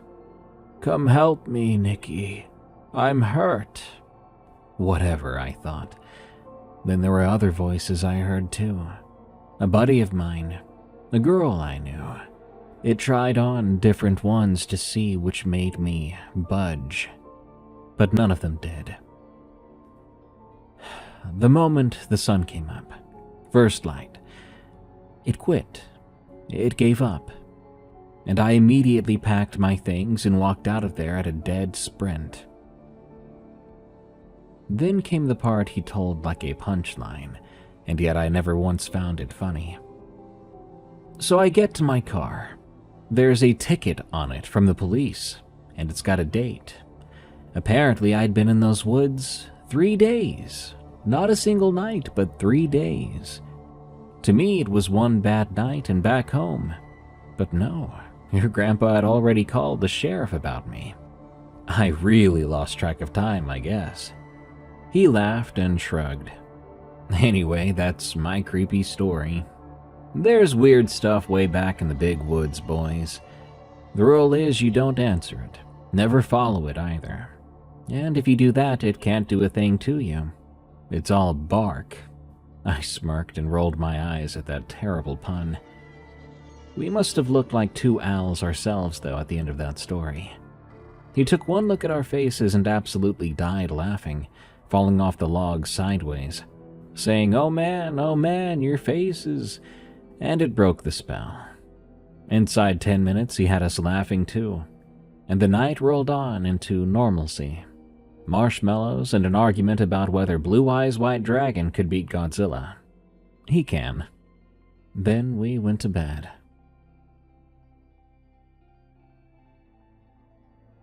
That night, I woke up needing to pee. I lay there, taking a moment to gather my courage to leave the tent. But that's when I heard a man crying. It was undoubtedly coming from Nick's tent. Very quiet and held down crying, like he had an arm or a sleeping bag over his mouth. It went on and on, low and steadily, just 10 feet from my own head. My uncle, the funniest, easiest, most alive person I knew, alone in a nylon tent in the dark, crying, like something was broken that could not be fixed, and he was trying really hard to be quiet about it. I didn't get up. I held it until morning. I lay there until the sound stopped, and it took a long time. I never did tell Nick that I heard him crying, and I did not tell Aaron. At breakfast, Nick made griddle cakes. Tried to make them in the shape of our initials, but it was kind of a mess. He acted completely his old self. 11-year-old me stopped thinking about the crying. Maybe it was some girlfriend thing. And I let myself forget about it. If I had to guess now, I think he had brought it up that night. I think he was crying about that story he told at the campfire. That it went deeper than what he let on. And that means that story was true. It was him trying to hand us the rules. Don't answer it. Don't follow it. Dressed up as entertainment for kids. Then he went to his tent, probably couldn't sleep, and cried. That part where he said it's all bark, I don't think it was true. If you ask me, he wasn't able to just walk out of those woods in that story. But what happened in those woods remains a mystery. Because I don't think the thing that circled his camp all night, mimicking voices, I don't think it's something that would just let him stroll out. It let him out. But why? After the fishing trip, life went on. Nothing happened for years. He took us out probably 8 more times through my middle school years, and every single one of those trips was clean. Perfect. He got happier again. Whatever had changed in him changed back. And those middle trips are honestly most of what I think about when I miss him now. He taught Aaron to drive on forest roads with the truck in first gear. He taught me how to tie knots. I still use some of them. For a while, he got obsessed with hammock camping and evangelized it like a religion until a strap let go and slapped him down flat in front of us. Aaron laughed so hard he nearly pulled something. Nick lay in the leaves pointing up at him going, "This is why the tent people win." We didn't hear any strange steps, didn't see any creepy faces, and our fires lit just fine. I stopped flinching at the dark woods somewhere along there, and the first trip finally faded into blurry memory, solidifying the owl as what actually happened. Everything was good until the last trip. On the last trip, everything was wrong from the get-go. I was 15 then, Aaron was 18. He had a truck of his own and a girlfriend. 1 foot out the door of childhood. Honestly, the trip almost didn't happen because Aaron almost had plans. Even the way the trip came together was off. Usually a trip meant 3 weeks of build-up, gear lists, Nick calling the house phone to ask whether we wanted to go after walleye or catfish this time, like a waiter taking our order. This one he put together in 4 days, and when he called about it, he did something he hadn't done since I was 10. He asked for my dad's permission again. I was standing in the kitchen, and I heard my dad go, "What do you mean, am I sure, Nick? They're teenagers. You've taken them 100 times now." Whatever Nick said back, my dad laughed at it, hanging up and shaking his head, saying, "Your uncle's getting weird in his old age." Nick was 41. When he picked us up, I noticed right away that he had lost weight since last we saw him, and that had only been 6 weeks back. This wasn't sickly weight, but enough to notice. And the drive out, which was usually the best part, 3 guys and gas station food with Nick doing bits. It was quiet much of the time. During those quiet patches, he kept doing something with his jaw, like he was rehearsing something under his breath. It was weird. He apologized for the weirdness, and he kept apologizing the entire trip. For everything. For nothing. Like, sorry the drive's so long, guys. One time he said, sorry, I should have gotten more ice, and we hadn't even complained about the ice. He burned a pancake out of a stack of 12 and apologized like he had burned the house down. At one point, Aaron was trying to make a joke and went, "You good, man? You're being weird." Nick looked at him and said, "I'm sorry. I shouldn't be weird. This is supposed to be fun." And that was the least fun thing he'd ever said. Twice that first full day, we caught him doing the thing with the trees. Let me describe this. The first time I caught him doing this, we had been setting up camp. I turned around to ask him something, and he was standing off in the trees, past the fire ring. He was perfectly still, with his arms down at his sides and his head all the way back. He was staring straight up. Was he looking at a bird or something? I looked up too, to see what he was looking at. There was nothing up there but canopy, leaves and sky through the trees. But he stood there with his face pointing straight up, not moving an inch, and he stayed like that for as long as it took me to go over to him, and that's a longer time than you think. I even called his name twice and got no response. I touched his elbow, and he came back with a start. He genuinely had no idea I was there. He looked at me, and of course he said, "Sorry, what's up?" "Uncle Nick, you were staring at the sky," he replied, completely level. "Oh, was I?" The second time, Aaron found him in the same posture down by the water.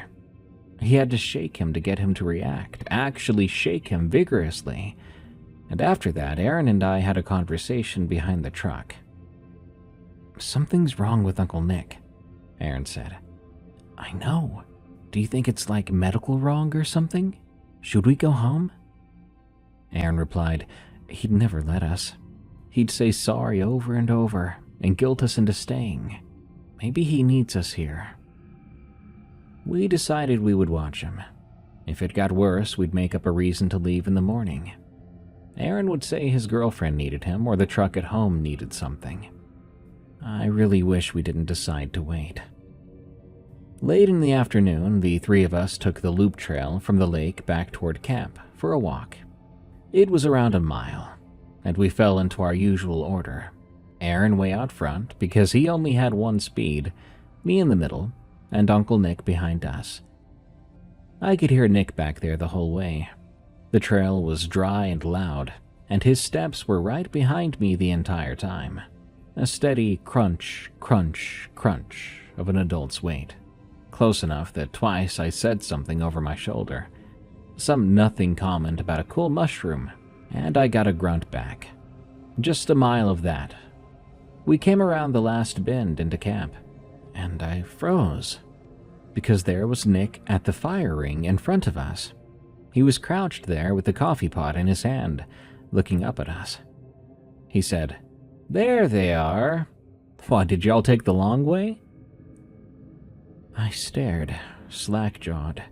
Behind me, the crunch took 2 more steps and stopped too, and I was instantly reminded of those footsteps 5 years earlier on a dark hill above a creek. I stood there between my uncle at the fire and the sound behind me on the trail, and I wanted so badly to turn around to see who was actually following me this whole time, but I was too scared, so I did not turn around. I walked forward instead, quickly to the fire ring, and Aaron, who had been too far ahead to hear anything strange, was already asking Nick how he beat us back. "Oh, I cut across the draw," Nick said, but he was looking past us at the trail bend. At nothing, I hoped, and his thumb was moving on the coffee pot handle, a little polishing motion around and around. I didn't say anything. 15-year-old logic is not 10-year-old logic. I wasn't going to blame this one on an owl, but instead I pushed it way back, and I said I would think about it later. For now, there was dinner to eat. And because I did that last evening was pretty perfect beyond the creepy steps. I don't know how he did it. I've come to believe he did it on purpose, made himself do it. He understood what night it was even if we didn't yet. But from dinner on, for about 4 hours, we got our peak Uncle Nick back. All of it. He retold the bear and the cooler story with the full physical reenactment, playing both himself and the bear. He remembered a Yu-Gi-Oh card I'd traded him when I was 8, a time wizard I'd cried about trading, and he'd quietly given it back a week later. He did the whole negotiation again from memory, doing a funny voice for my little kid voice. Aaron laughed the big dumb laugh he'd had since he was born, and the fire was going.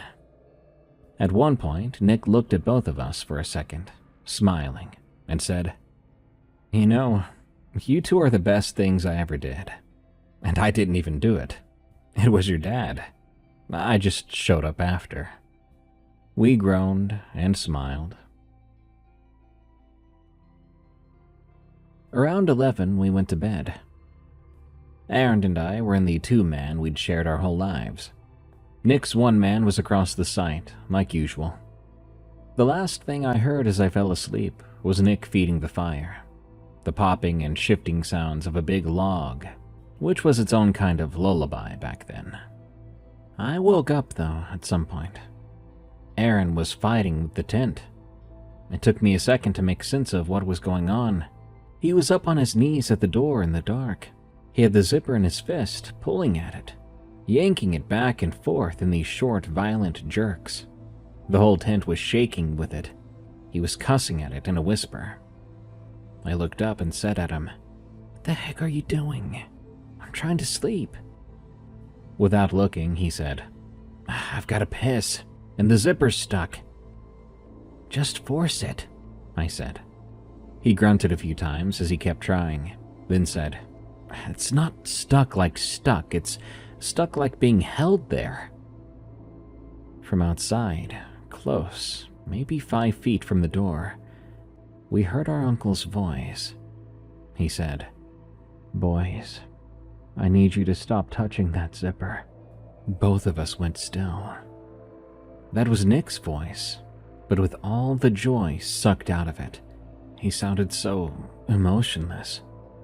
Aaron backed off the door real slow, and we both stared at the black shape of the tent wall. "Uncle Nick?" Aaron said. "Man, I gotta go pee. Quit playing." "I can't let you out," he said right away. "I need you both to hear me. You cannot come out of that tent tonight. If you stay inside until the sun is up, you will see daylight. Both of you." "What? What are you talking about?" Aaron's voice cracked, like it used to when he was 12. "Uncle Nick, what's going on?" It was quiet for some time. and in the pause I could hear the fire behind Nick. The fire was still going, still popping, which meant he'd been out there feeding it the whole time. For hours it had to be. I pictured him sitting out there alone by a big fire, surrounded by darkness, waiting for whatever this was, and I got a feeling in my chest I'd never had before. Nick's voice returned. I messed up, guys. A long time ago. I could hear the flat voice from him, now giving out in certain parts. It sounded like he was about to cry. I did something that I shouldn't have, way before you boys. I was young and scared, and I would have said anything, and I did. I said anything. It doesn't forget. It doesn't take a different answer. I've spent every trip since you were 10 keeping myself between it and you. And I thought I could keep doing this forever. I'm sorry. I'm so sorry. I should never have brought you out here. Not a single time. Aaron was talking over all of it, telling Nick to stop, telling him to open up the tent, saying that we can all get in the truck right now and just go home, or to get Nick some help. I grabbed Aaron's arm, because I'd heard something Aaron had not. It was something off to the left of the door, out in the leaves. Something had started to move. Little rushes, then a stop. More rushing, and a stop. That sound, the one from when I was 10, the skittering sound. It was circling in toward my uncle. And Nick heard it too, because his words started to come out faster. Listen to me. The truck keys are in my tent, side pocket, and the satellite phone is in the truck console. Aaron, say you heard me.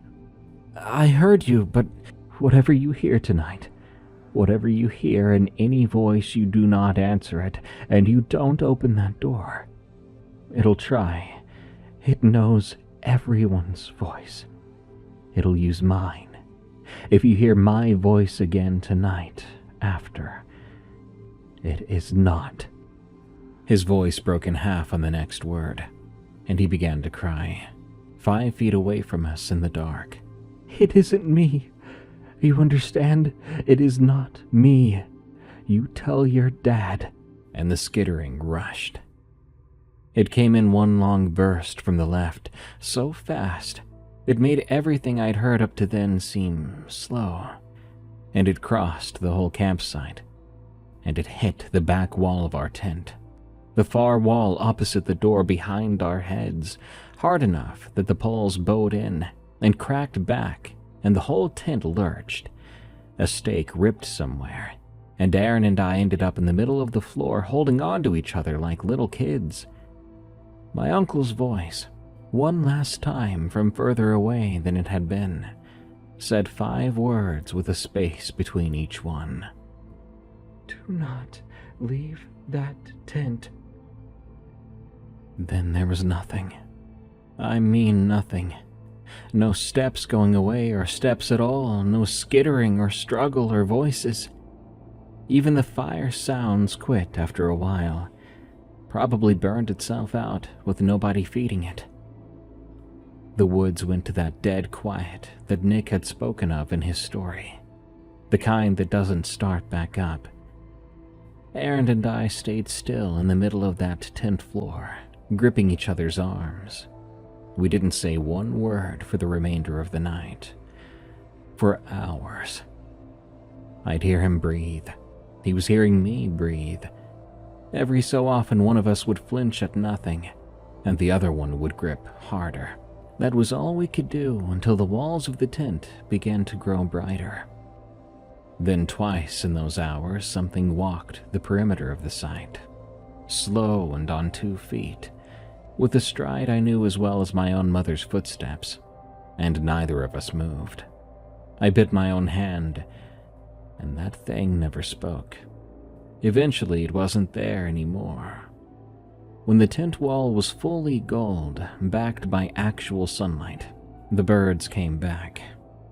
I crawled to the door and put my hand on the zipper, about to pull, but I looked back at Aaron. He nodded, and so I pulled it down. It opened with one smooth pull. I looked outside. The campsite was empty. The firing had gone cold and was full of white ash. Way more ash than a normal night. He must have burned half our wood. Nick's tent stood over there with the door shut. The coffee pot was on the table. I saw his camp chair by the fire, with his jacket over the back of it. That jacket is what got me moving. It was cold that morning, and he loved that jacket. I went to his tent calling his name, unzipping it, but it was empty. The sleeping bag was flat and smooth. Never slept in. I found the keys in the side pocket right where he said. Aaron and I lost it for a while. The two of us were screaming the same man's name, running around the trail spurs. We checked the lake shore, went back to camp, out again. Aaron kept the whistle rule, God help him, and stood in the middle of the camp, blowing 3 blasts on the orange whistle from Nick's jacket pocket. He did it over and over. 3, then wait, 3, then wait, and the sound of that whistle going out into those trees and coming back with nothing is a sound I'll never get out of my head. Aaron kept it organized, being 18 and suddenly horribly the only adult. We needed to get to the truck and grab the phone. We packed nothing, taking the keys and the whistle, and started up the trail moving fast, calling Nick's name every minute or so. We were about 2/3 of the way to the trailhead when I saw him. There he was off the trail, downhill, openly standing in the hardwoods. But he was completely naked, no boots even, in the middle of the woods in the cold, arms down at his sides. It reminded me of how he had been staring at the sky, but now he wasn't staring up. His head was level, staring straight ahead, and his skin was so pale. All the color had drained from him. The man was absolutely still. I've never seen anyone living that still. Was he even breathing? He was. Breathing so shallowly, I had to watch his chest for several seconds to finally see something. We ran down to him. We said everything to him, his name, our names. We told him it was us, and that it was daytime, that we had to leave.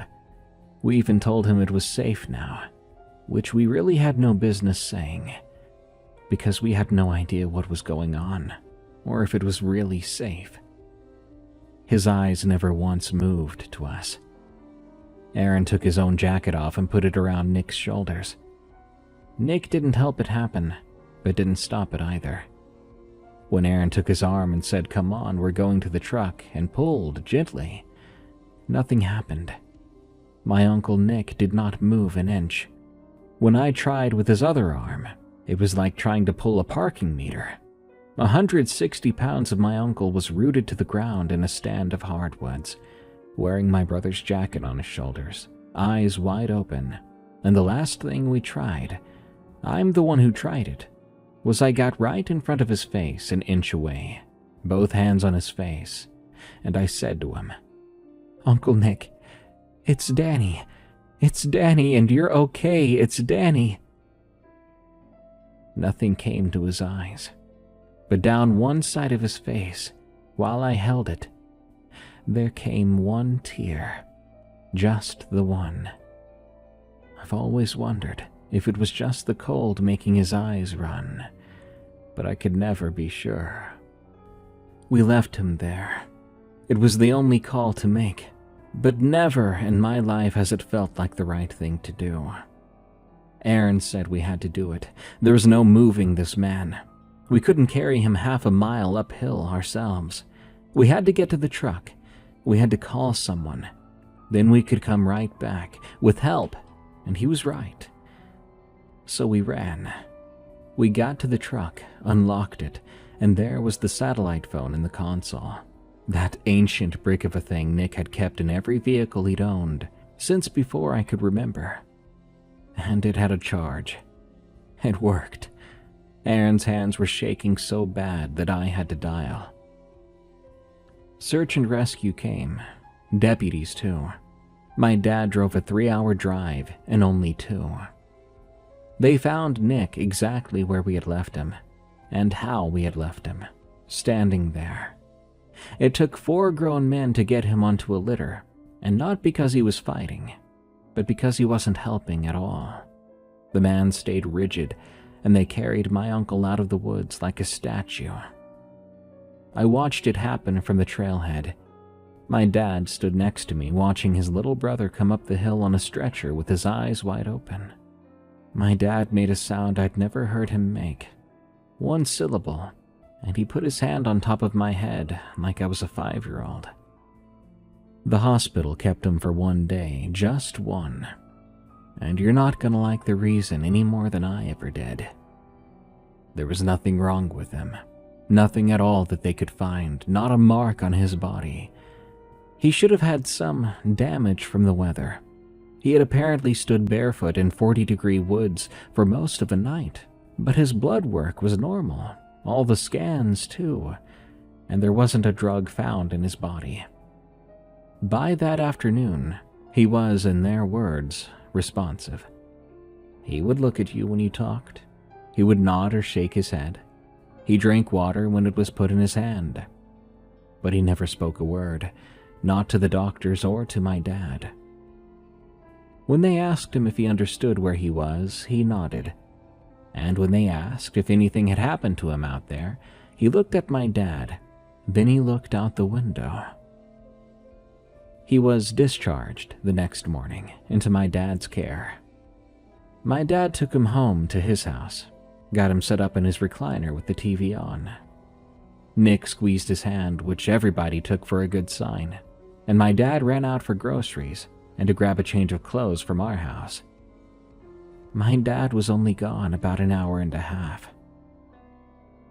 When my dad got back, my uncle had gotten his revolver from wherever he had kept it. He was gone. He lay lifelessly in the recliner with the TV still on. I was 15. They didn't let me hear the details of the incident for years, and the details when I finally got them were only these. It was quick, and he had done it in the hour and a half that my dad was gone. It was clear he had been waiting to be alone the whole time, like it was the last chore he had to do. Uncle Nick didn't even leave a note. That tortured my dad for years. My dad did not have closure. But I did. Because Uncle Nick had left a note, days early, spoken out loud to the only 2 people it was really addressed to. Those warnings he had spoken through a tint wall. When he told us he had messed up a long time ago and apologized repeatedly. He told me to tell my dad, but he never got to the end of the last sentence. What was I supposed to tell my dad? Ever since then, I've been trying to figure it out. What do I tell him? Nobody even knew what happened to Nick. The sane reading was that my uncle was sick. Nobody knew it, nobody caught it. The weight loss was a symptom, and the apologies were symptoms. And that voice at the tent was a breakdown. 2 terrified boys dreamed the rest into the gaps. But none of that explains the face we saw on the first trip. Back when I was 10 and he was so very happy and healthy. No problems then. And that certainly was not an owl. And it doesn't explain the mile of footsteps behind me while my uncle crouched at a fire ring ahead of us.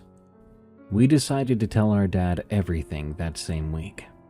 The tent and the voices and everything. He listened to our stories without one interruption. Then he said simply, "I believe you." Maybe he did.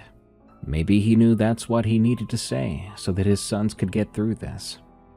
Either way, that first year when I couldn't sleep, he'd sit up with me at the kitchen table, telling stories about Nick till it got light out. But still, Nick's last sentence was never finished. Tell your dad.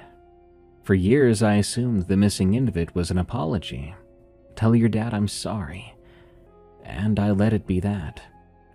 But it bothered me as I got older, because the more I replayed that night in my head, the more I heard how he was talking. He wasn't rambling.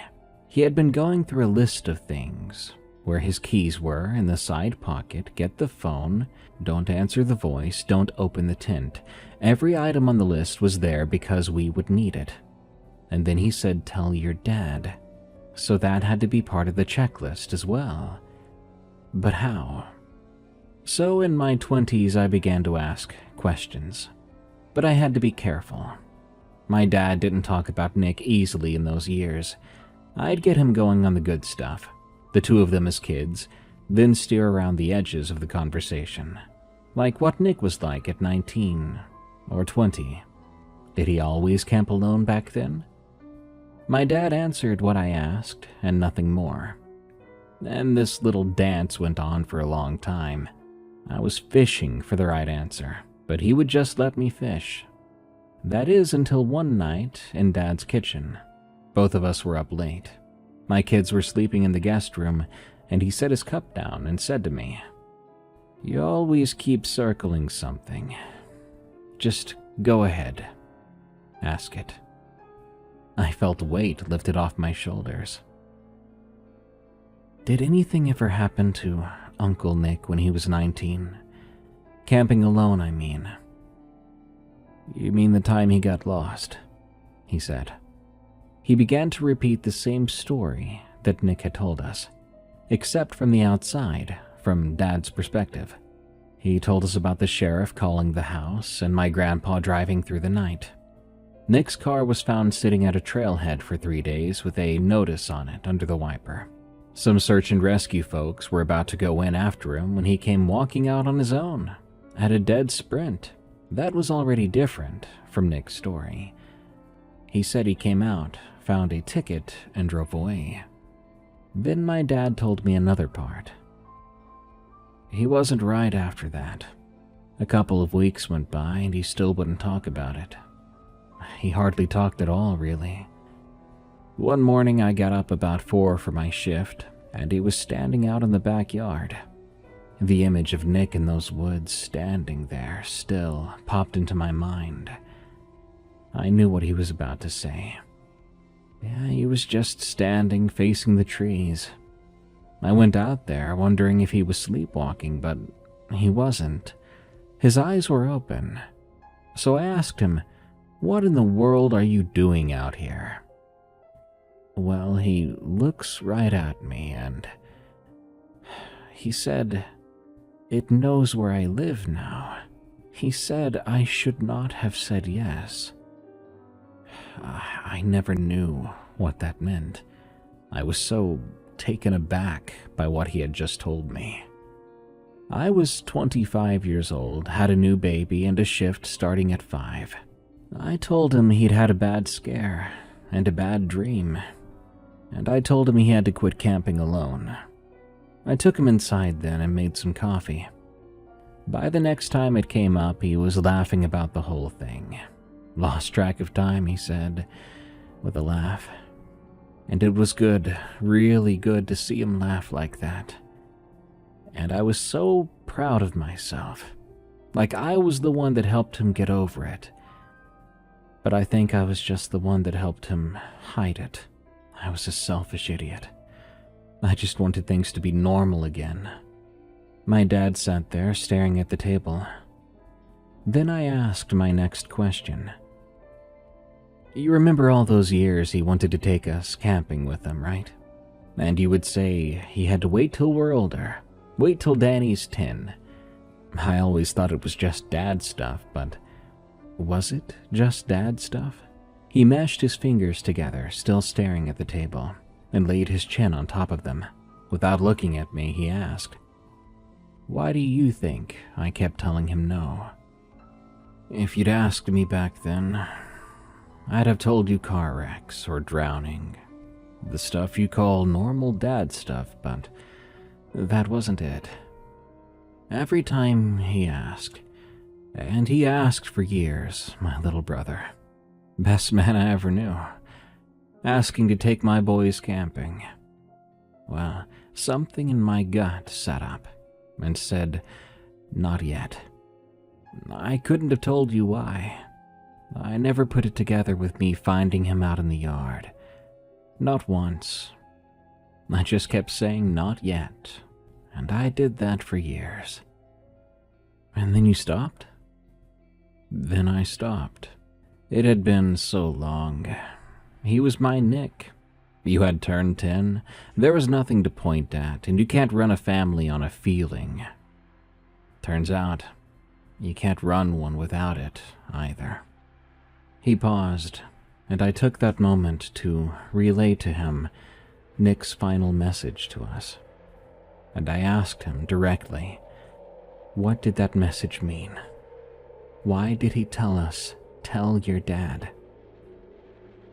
I don't think he was apologizing, Dad said. He was sending it home. I'm the only person alive who was there for the start of it. He knew I'd remember that moment in the yard. He told me the truth one time in his whole life standing in my backyard at 4 a.m, and I talked him out of it. So I think I got my answer from my dad, and it revealed to me the weight that my dad had been carrying. I soon found out that Aaron was carrying a weight too, but differently. Aaron was never the type of guy to talk about his feelings. And for a long time after this, I mistook that for him coping. He finished school and married a girl. He had his boys, and somewhere in there he got into backpacking. That's how I heard about it, through the grapevine. Aaron's real into backpacking now, someone said. Ultralight gear and long solo trips. When I heard that, I thought, honestly, good. The woods were where we had Nick. I still camped too. Then a few years ago, his wife called me. She asked me to talk to him. She's worried that I need to check the garage. That weekend, I drove up to his place. In Aaron's garage, on the wall over his workbench, was a map of the national forest. The whole forest, the real topographic sheets, taped together 6 feet wide. It was divided into numbered sections in his handwriting, and most of the sections were shaded in pencil. Each shaded one had little dates in the corner going back years. There was a shelf of labeled SD cards from trail cameras, a logbook even. My brother had been walking a grid through the forest alone, a section or two at a time, for nearly 10 years now, and the family called it backpacking. We had it out right there in the garage when he found me. We couldn't do it in the house. His boys were in there. I was not calm during this. I said outright what I felt, that he was going to end up like Nick, and I wanted that to sting. And I'm pretty sure it did. He said to me, I can't just go on not knowing what happened to him. You can, I'm sure you can. And I don't mean that to be mean, Danny. I'm glad you can move on. I mean that. But I can't. Aaron, come on, man. We know what happened to him. No, we don't. We know how it ended. We don't know why it ended. Those aren't the same things. All right then, Aaron. Tell me you haven't been wasting your time then. After all of this, I gestured to his project on the walls. Have you found anything? Are you able now to explain what he went through and why? Honestly, I was bluffing, trying to get a rise out of him, trying to prove a point, that he was wasting his time and he should stop with this. But then he said to me, one time, a few years back, at section 11, he pointed. I was packing out at dusk. I was behind schedule. About 100 yards off in the timber, something said my name, Danny. Aaron looked right at my face as he talked. It was in his voice, and it said my name in his voice twice. And here's what I need you to hear. I know the rule. I've known the rule since I was 13. But that voice sounded so happy to see me. I swallowed hard, scared of what he was about to say. But he shook his head, and he closed his eyes. No, I didn't say anything to it. I did exactly as Nick had taught us. I kept my mouth shut, and I walked to the truck, and didn't even run. He looked at the map. But I stood there first, Dan. I stood there and thought about it. It was his voice. It had been 8 years since I heard my Uncle Nick, and some part of me was standing in that timber thinking, what if it's not all it? What if some piece of Uncle Nick was in there? He stood with us our whole lives, for the short time we really had him. But there I was, hearing his voice, turning around and driving home like a coward, driving home to a warm supper. He wiped his eyes, which had gone wet. I'm sorry, Danny. The grid stays up. Somebody has to keep looking. But don't worry about me. I'm not going to make the same mistake. So we made a deal in that garage. Instead of making peace, we made a deal. He keeps to the rules, as he promised. All of them. And he doesn't stay till after dark. And I asked if he could call me from the trailhead every time he goes in, and every time he comes out. And you know what? He's never missed a call in all the years since, and I finally have peace of mind. But I'll be honest with you. I'm so scared of the day he'll come back, and something will be wrong. And I'm gonna go out there finding him in the backyard, staring at the woods. What do I do when my brother tells me that something out there now knows where he lives?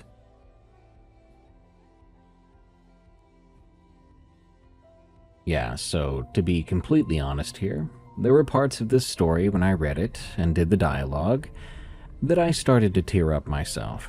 I try to put myself in the character's shoes when I do some of the dialogue. The bare minimum for narration work, really. But with stories like these, you can go a bit deep. And whether it's true or fictional, I felt for these characters. Rest in peace, Uncle Nick. And stay safe in the woods, everyone. Good night. Thank you all so much for tuning in to this episode of Unexplained Encounters. I am your host, Darkness Prevails. Follow me on X at Dark Prevails. If you're on YouTube, you should be listening on Spotify, Apple Podcasts, or your favorite podcast app. Just go on there and search for Unexplained Encounters, and you'll have such a better listening experience. Got a scary story of the unknown? Send it to me at darkstories.org. Till next time, everyone, stay safe out there, and stay creepy, because this world is a strange one.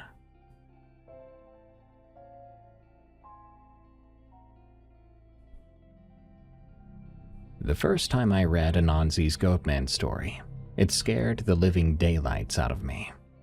I didn't know about the Goatman legend before that, but that creature became a monster that challenged skinwalkers for scariest mimic of all time. I didn't know I'd ever find another Goatman story to disturb me like that, until someone sent me this. This story is called I Watched the Goatman Kill My Friend, from Burlig Factory, and I dare you to go camping after listening to this.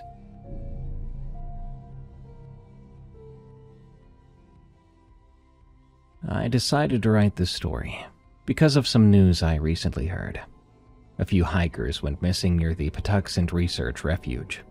Officially, they're saying it's the terrain, the weather, people getting lost like they often do.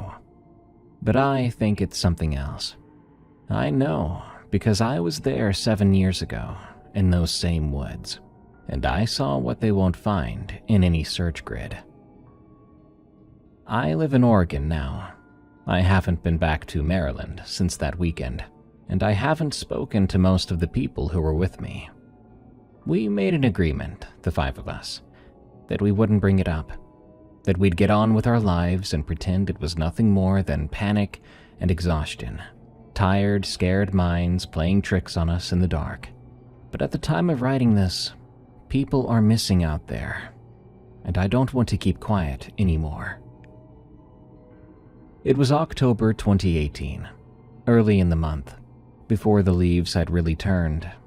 I was 24 years old, working a nothing job in Silver Spring, living in a shared house with too many people. My friend Gabe had been planning a trip for a while. He was big into urban exploration then, always dragging us out to abandoned hospitals or closed down malls. But this time, he'd found something special, he said. Old infrastructure around the Governor's Bridge area, near the research refuge. Buildings that had been left to rot when they reallocated funding in the 90s. There were 5 of us going. Gabe and I had known each other since high school. The planner type. He always brought maps and backup plans for these kinds of trips. Christian came because he wanted photographs for some portfolio he was building.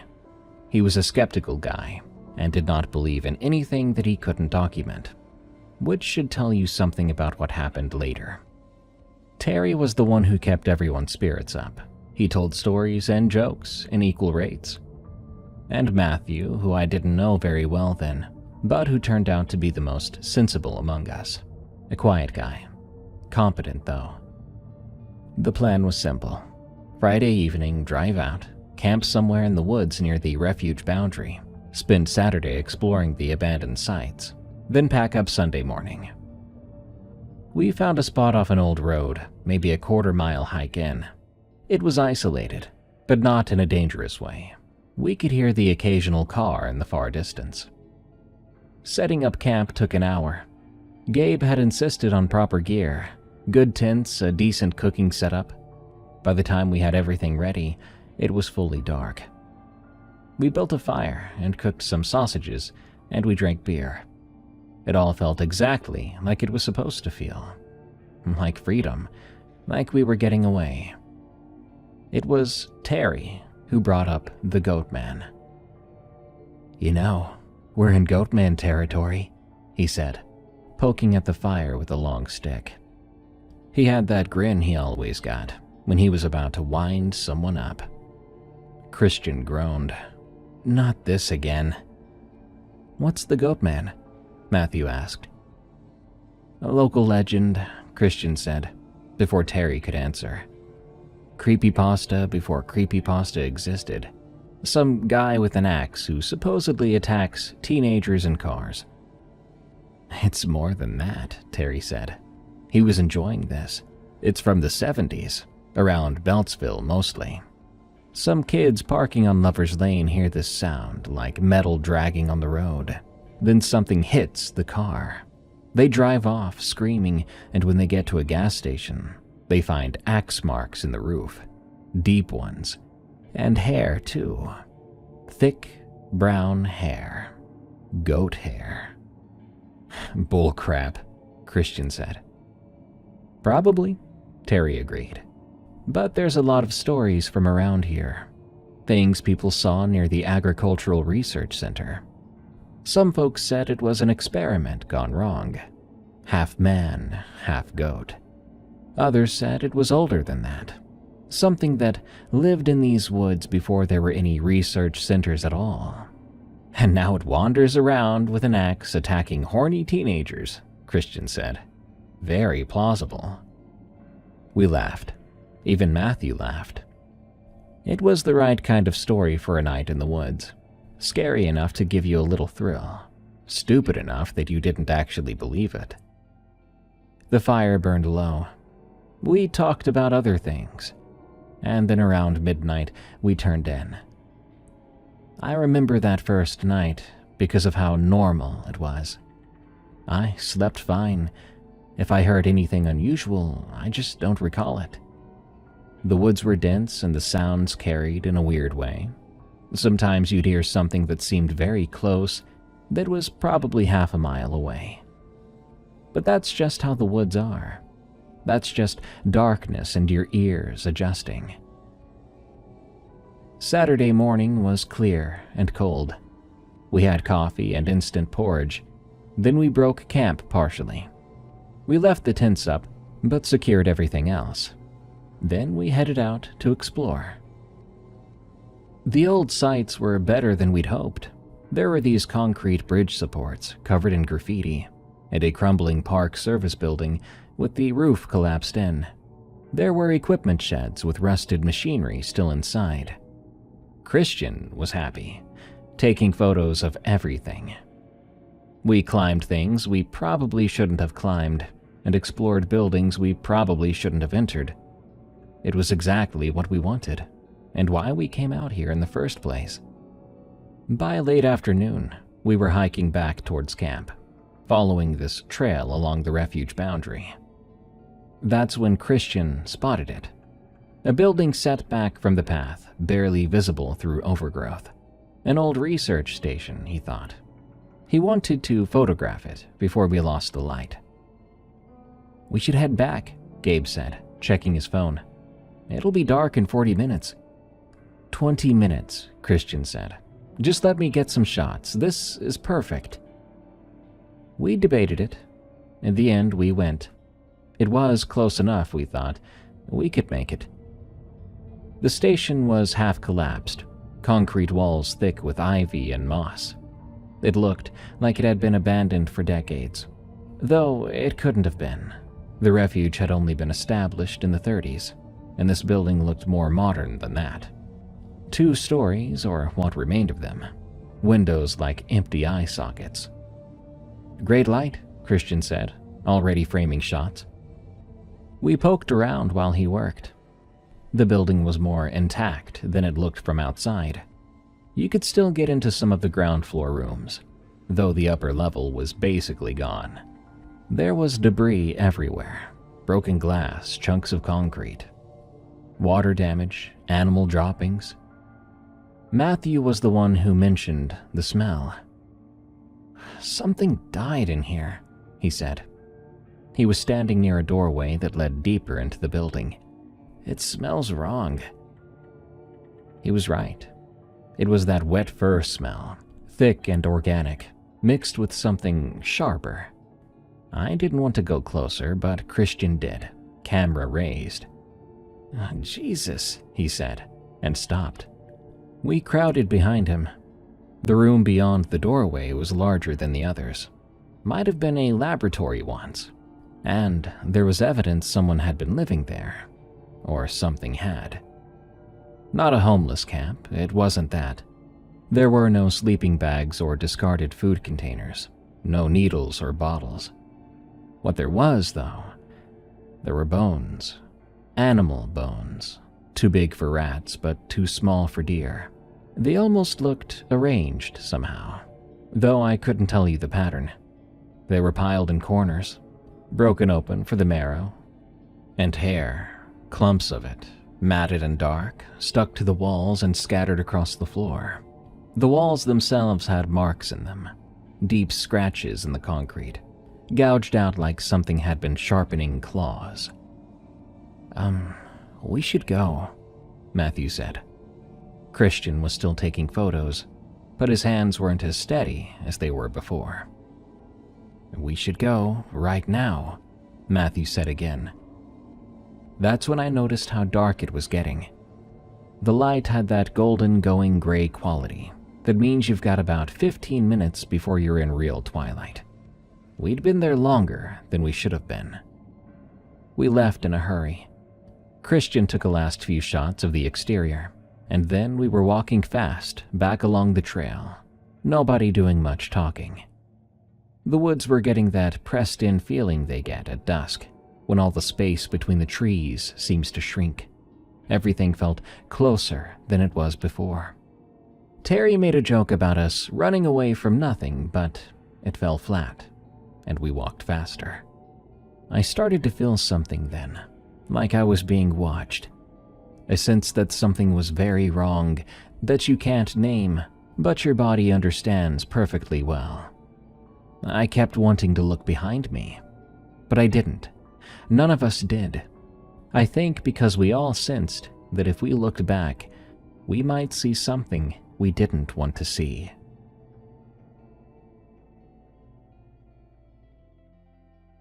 We made it to camp just as the light was going. Everything was fine. Our tents were untouched, our gear exactly as we left it. We got the fire going and cooked dinner, and the relief we felt was immense. We'd spooked ourselves, that was all. Old buildings in the woods at twilight, our imaginations running wild. We laughed about it, and Terry started telling jokes again. But that smell came back after full dark. Matthew was the first to notice. He went still with his fork halfway to his mouth, just listening. And then he sniffed. "Do you smell that?" We did. It was the same smell from the station. Wet fur and rot. But stronger now, much, much stronger. And it wasn't coming from one direction. It seemed to move around the edge of our camp, circling just beyond where the fire could reach. "Maybe there's a dead animal nearby," Gabe said. Then we heard the movement, heavy footfalls in the underbrush heading north. We all grabbed our flashlights and shined them at the trees. The beams cut through the dark, illuminating trunks and branches, but nothing else. But something was definitely out there. For maybe an hour we heard it moving around us, always staying just out of sight. There were branches snapping and that heavy tread. At one point there was a sound, like something large dragging against bark. We kept the fire going high. Not one of us thought we should go investigate. Nobody suggested leaving either, though. Hiking out in the dark seemed worse than just staying put, staying together. That's when Terry freaked out. "Did you hear that?" He stood up, staring out into the woods. "Holy crap, someone just called my name." "I didn't hear anything, Terry," Christian replied. "No, man, that was Amy's voice." Amy was his girlfriend. She was back in Rockville, nowhere near these woods. "That was definitely Amy." We sat there in silence. The fire crackled. I was about to tell Terry he was hearing things when I heard it too. "Grayson." My mother's voice coming from the trees to the east, calling my name the way she used to when I was a kid and dinner was ready. Gabe heard his sister and Christian heard his father. Matthew heard his ex-girlfriend, the one who'd moved to California just a year ago. The voices all came from different directions, never the same place twice. They were perfect mimicries. They weren't recordings. There was too much life in them, too much personality. But they were wrong in some other way. There was something underneath them, something that made my skin crawl. None of us moved from that fire. Christian had his flashlight trained on the trees, sweeping back and forth. "This isn't real," he kept saying. "This isn't possible." Then his beam landed on something. It was between two oak trees maybe 30 yards out, standing motionless. The light hit it for just a second before Christian jerked the flashlight away with a sound like he'd been punched in the gut. But I'd seen it. We all had seen it. Something was there, hunched forward with massive shoulders, too wide for a normal man. But the head was what really stuck out, a silhouette with horns curved and thick and a jutting snout. The eyes reflected back, bright and flat, utterly without anything I'd call consciousness. In the blink of an eye, it was gone. Christian's flashlight was shaking so badly by then, the beam was practically useless. "We need to leave," Terry said. "We need to get to the cars right now." "It's a quarter mile in the dark," Gabe said. "Through the woods, with that thing out there. We can't stay here. We can't go either. We argued about it, voices rising. Eventually, we decided we'd stay together by the fire until first light, then pack up fast and leave. We had weapons of a sort, a camping hatchet, knives, heavy mag lights. We'd keep the fire big. We'd take turns watching. It was only a few hours until dawn, right? And that was the longest night of my life. This thing circled our camp continuously. Sometimes we'd see movement in the darkness, just at the edge of what we could perceive. Sometimes we'd hear it, with its heavy breathing like bellows and the snapping of branches. Once, around 2 a.m., we heard something that sounded like laughter, low and thick and absolutely inhuman. But it was certainly laughter. The voices continued intermittently. People we knew, people we'd loved, calling our names from the dark, asking us to come see them, telling us they were hurt, that they needed our help, and to come quick. But we didn't go. We huddled by that fire, and we fed it everything we could reach without leaving the light. Around 4 a.m., everything went silent. The sudden absence of sound was worse than the noise could have been. We sat there hardly breathing at all, waiting for something to happen. But nothing did. Minutes passed, and the fire crackled. Far away, a real animal, a raccoon, I think, began to move through the brush. "Maybe it left," Terry whispered. We weren't about to believe that. Dawn came slowly, the way it does when you've been up all night waiting for it. The darkness went gray, then lighter gray, then that pale wash that means morning is finally, actually arriving. We could see the trees around us again, and we could see that there was nothing there. We were exhausted and terrified, but it was morning now. Time to pack up. Time to get the heck out. We moved quickly, taking down tents and shoving everything into bags without bothering to organize it properly. We were all so focused and in a hurry that we didn't really talk. We kept checking the woods, but in the daylight, everything looked normal. Just trees and forest. Nothing to be afraid of. I remember thinking as we finished packing that we'd made it through. That whatever that thing was, it was a creature of the dark. So now in the light, we were safe. Like it was some Hollywood monster movie with rules. I also remember thinking we'd just have to make it to the service road, to the cars, then this would all be over. But I was very, very wrong. We threw everything into the bags without care for organization. Tent poles jabbed through fabric. Sleeping bags went in still half stuffed. Nobody spoke except to say things like, "Got it," or "Ready."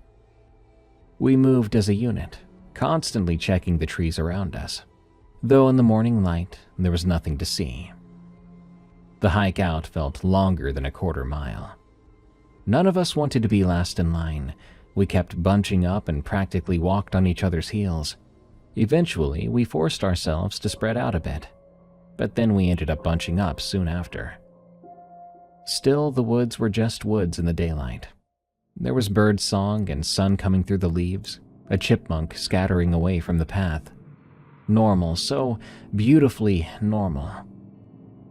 Terry tried to lighten things up halfway through. "So that's it for camping, right? We're all in agreement? Next trip is somewhere with room service." It got a weak laugh. Christian and Gabe started discussing what we'd actually seen, or what we thought we'd seen.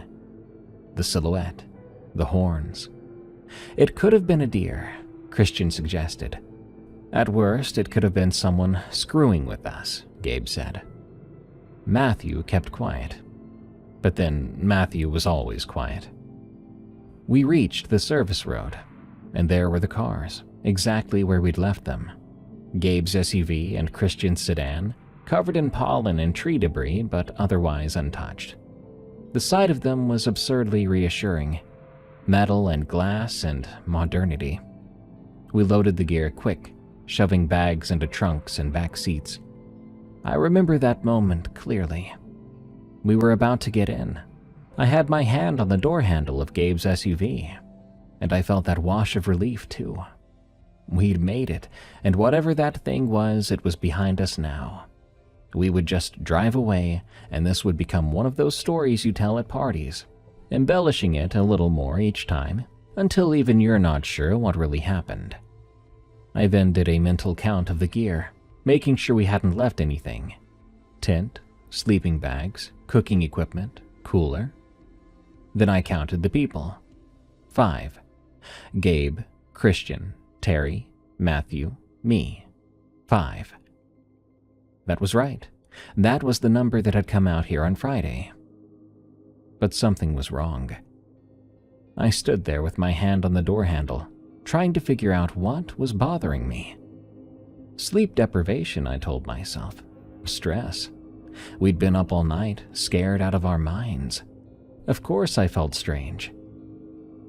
"Hey, you good?" Gabe asked. "Yeah," I said. "Just tired." We split up between the cars.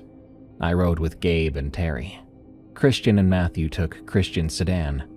We'd caravan out, Gabe said, sticking together until we hit the highway. That old road was rutted and overgrown. Branches would scrape against the windows. It took about 15 minutes of careful driving before we made it to pavement. Then another 20 minutes to the next route, heading north toward the Beltway. Normal roads, normal traffic. The world going about its business like nothing happened. Gabe suggested stopping for gas. We were all running low and nobody wanted to risk getting separated. We pulled into a station just south of Laurel, both cars side by side at the pumps. Everyone got out. The sun was fully up now, bright and ordinary. People were filling up their tanks and going into the convenience store for coffee and lottery tickets. I watched an old woman put air in her tires. "I need coffee," Terry said, "and a piss. Not necessarily in that order." We went inside, all 5 of us. Christian made a joke about how terrible we probably smelled. The clerk was a tired-looking woman in her 50s who didn't even glance up from her phone. I got some coffee and stood by the Kramer station, doctoring it with too much sugar. That's when I really looked at the group, at my friends. Everything seemed fine. Tired and rumpled, but fine. Terry was joking with Gabe by the chip rack. Christian was in the bathroom. Matthew was studying the cooler full of energy drinks with that focused look he got sometimes. But still, something was off. I couldn't place it. A mannerism? The way someone was standing? I kept watching, trying to figure out what my hind brain was screaming about.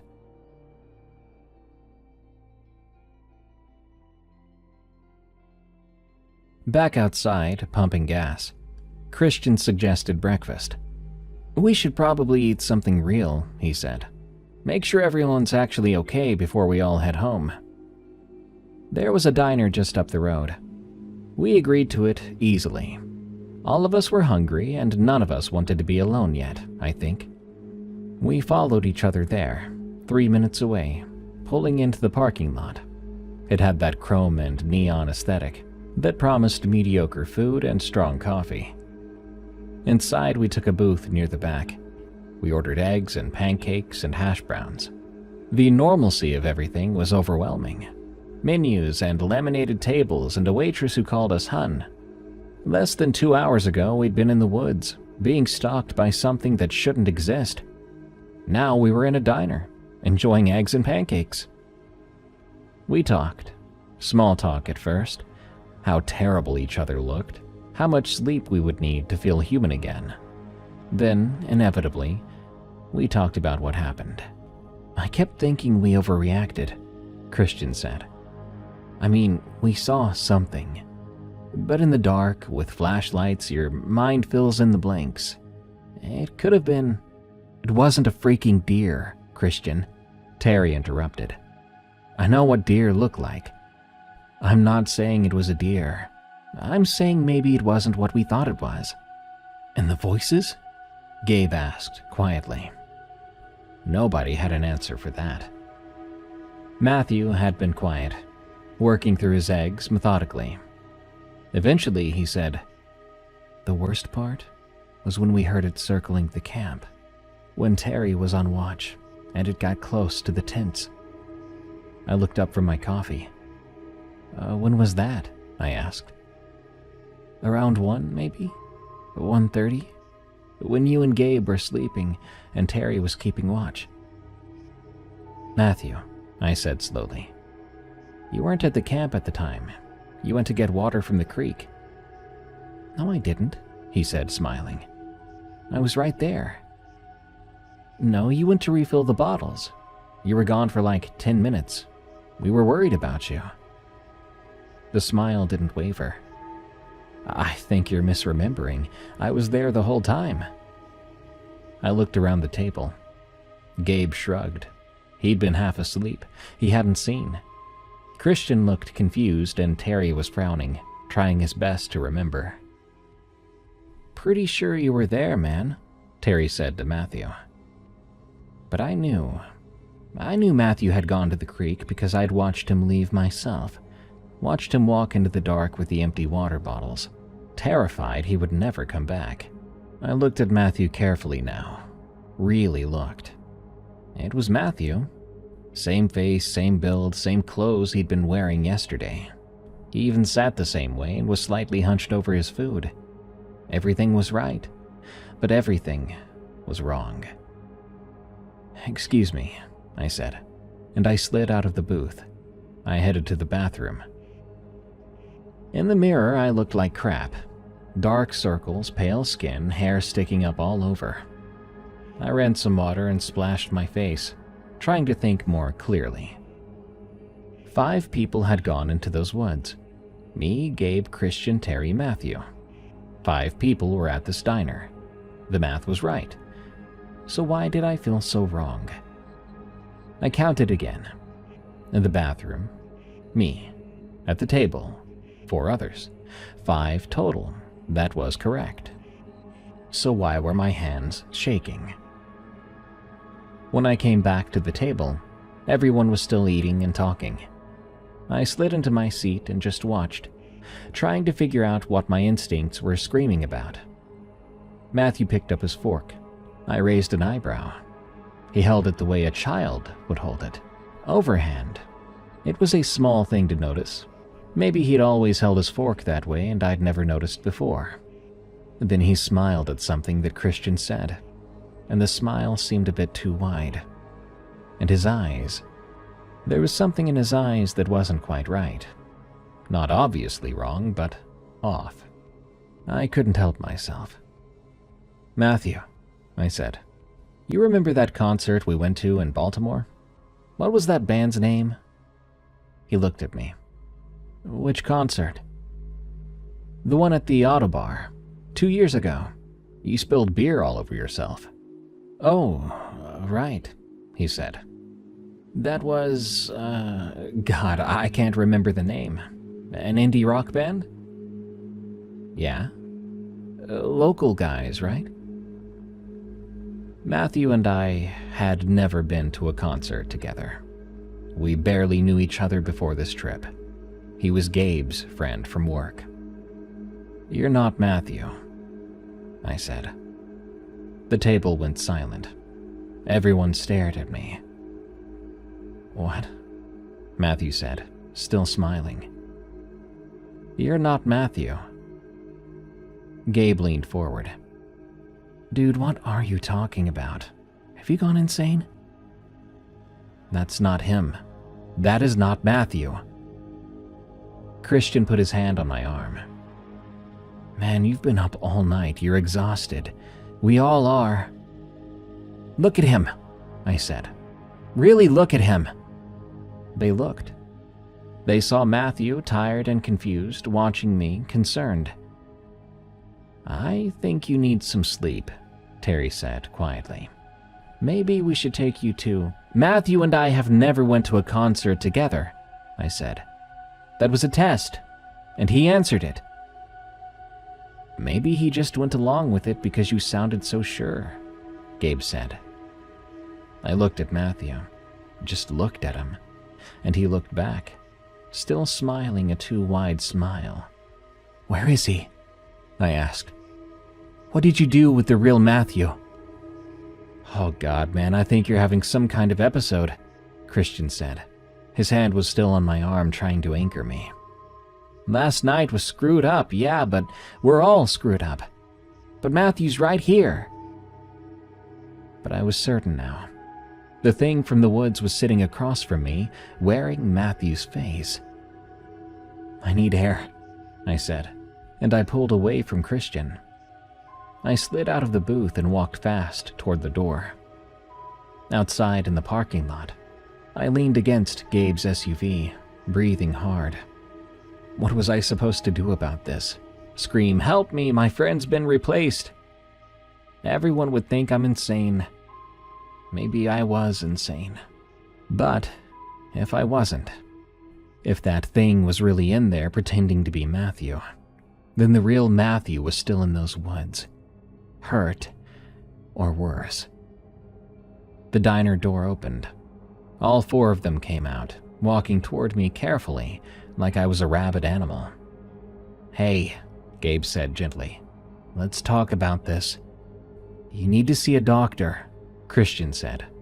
I'm serious, man. I think the stress... I'm fine, I said. I need to go back. Back home? No, to the campsite. I left something there. It was a lie. I'd never been good at lying. But I needed to search for Matthew. Needed to find him before. We're not going back there, Christian said flatly.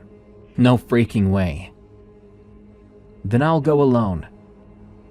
That's an even worse idea, Terry said. We argued, raising our voices in the parking lot of that diner, while other customers came and went. Gabe tried to mediate. Christian insisted I needed professional help. Terry just looked uncomfortable. Matthew, though, he stood slightly apart, watching everything go down, but not saying anything. Finally, Gabe sighed. Okay. I'll go back with you. We'll do a quick search, check the campsite for what you lost. And you'll see that there's nothing wrong. We can all go home and sleep this off. I'll go too, Matthew said. The words sent ice down my spine. You don't have to, I started. I want to help, he said. That smile again. We should stick together. I looked at Gabe, trying to communicate something with my eyes. Don't let him come. But Gabe just looked too tired for this. He was also worried and slightly annoyed. Fine, Christian said. 3 of you go. Terry and I will just wait here. We'll give you 2 hours. If you're not back by then, we're gonna call the cops. Fair enough, Gabe said.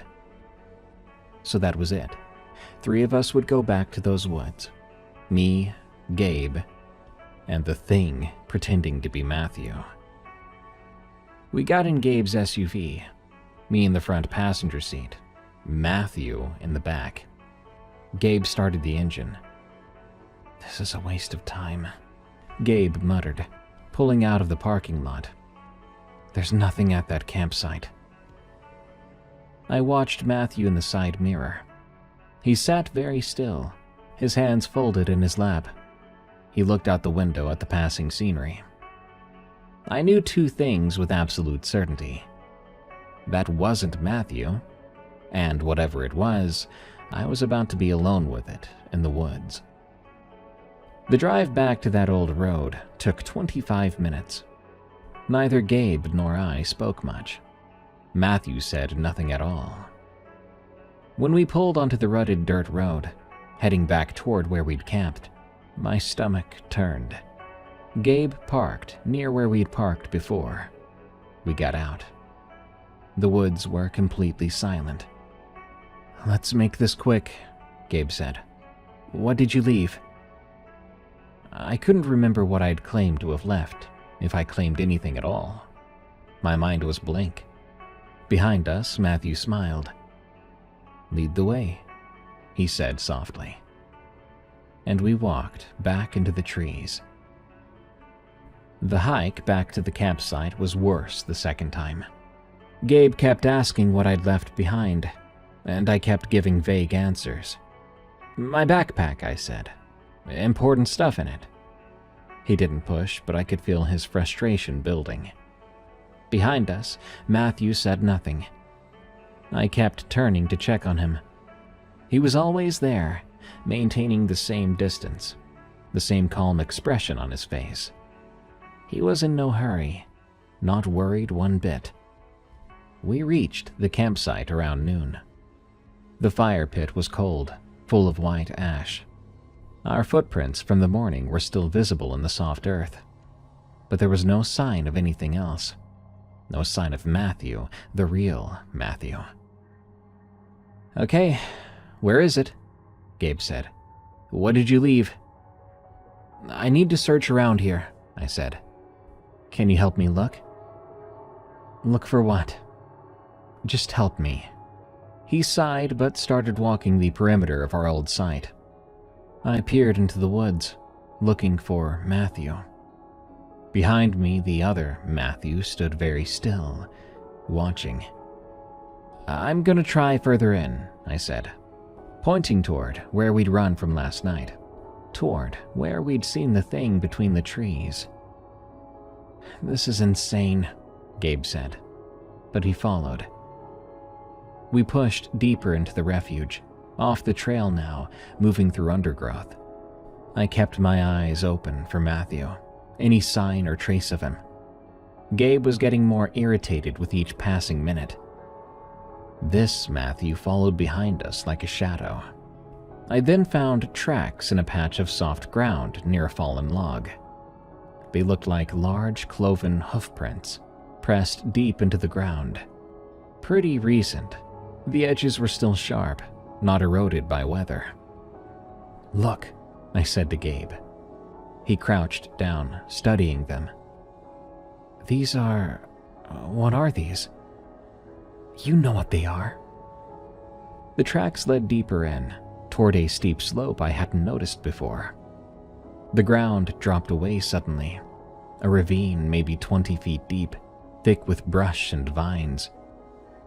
"We should go back," Gabe said. "This is crazy, we..." "Help." I heard it then, a sound from below, crying, moaning, something human in pain. "Did you hear that?" Gabe nodded, his eyes wide. We approached the edge carefully. I called down. "Hello? Is someone down there?" The sound came again. I was certain then. It was human, and they needed help. "We have to go down," I said. "That's a bad idea. Someone's hurt down there." I found a spot where the slope was less steep, where exposed roots might serve as handholds. We started to descend without waiting for Gabe's agreement. Behind me, I heard him curse, then start climbing down after me. It was treacherous.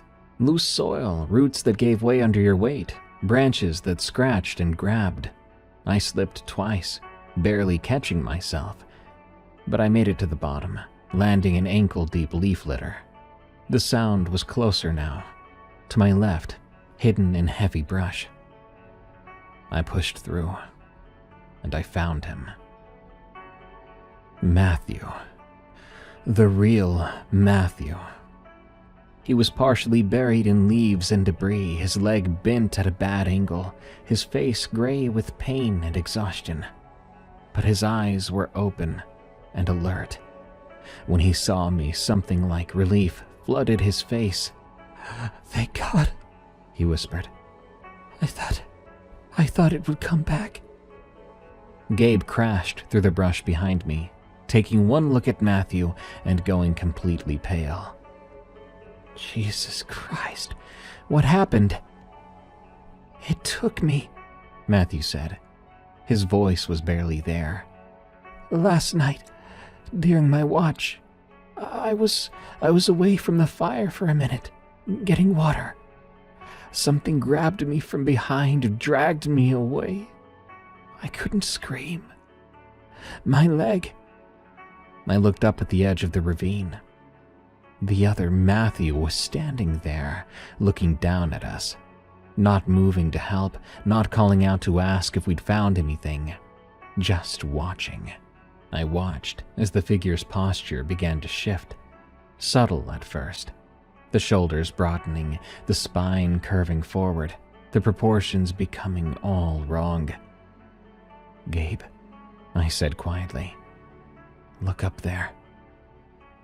He looked up, and he saw it too. The thing that had been pretending to be Matthew was dropping the pretense. Its back hunched, head lowering, limbs extending. The human shape it had worn like a costume began to fall away. "What the heck?" Gabe breathed. "What is that?" It stood at the edge of the ravine, its true form revealed now. Bipedal, 7 feet tall, fur covered with massive shoulders. The head was goat-like, elongated snout and curved horns and all that. But its eyes were forward-facing like a predator's, like a human's. It looked down at us and made a sound that wasn't quite laughter, not quite the bleat of a goat, but something in between. It had been with us since we left the camp this morning, sitting in the diner, riding in Gabe's car, walking beside us through these woods. "No signal," Gabe said, looking at his phone with shaking hands. "I don't have any freaking signal down here."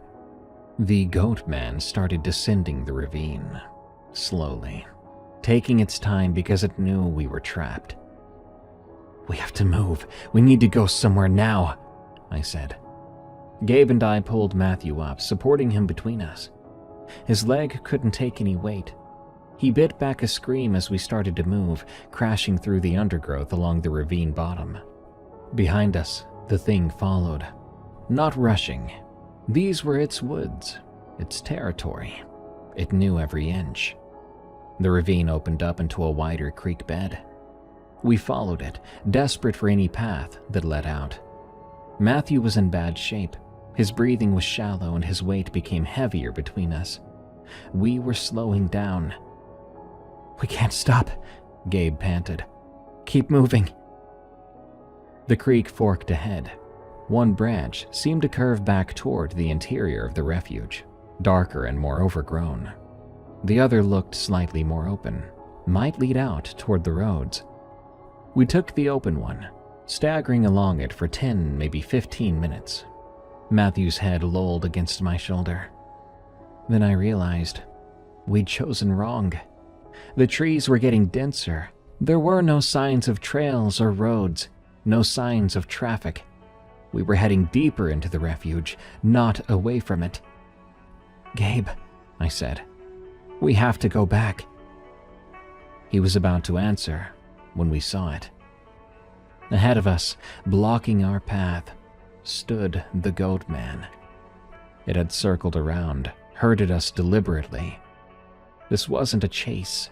It was a hunt, and we were prey that didn't understand that game. "Put me down," Matthew whispered. "Hide me. You need to do something." "We're not leaving you," Gabe said. "You don't have a choice." We lowered Matthew behind a fallen log, covering him with branches as best we could. Then Gabe and I grabbed what we could find, heavy branches, rocks, pathetic weapons against something like that. It watched us prepare, almost curious. Then it charged. I've been in exactly one fight in my life. A shoving match outside a bar when I was 22. This wasn't a fight. This was being hit by a truck. It crashed into Gabe first, taking him down hard. They went into the creek bed together, water splashing up. Gabe was screaming, trying to get his arms up to protect his face, but that thing was on top of him, impossibly strong. the goat head snapping down. I hit it with the branch I'd been holding, brought it down on its back with everything I had. The branch shattered. But it worked. The goat man turned its attention to me. It rose up from Gabe, pivoting with a fluid grace that something that big shouldn't have. Its eyes locked on mine. I could smell its breath, rancid and metallic.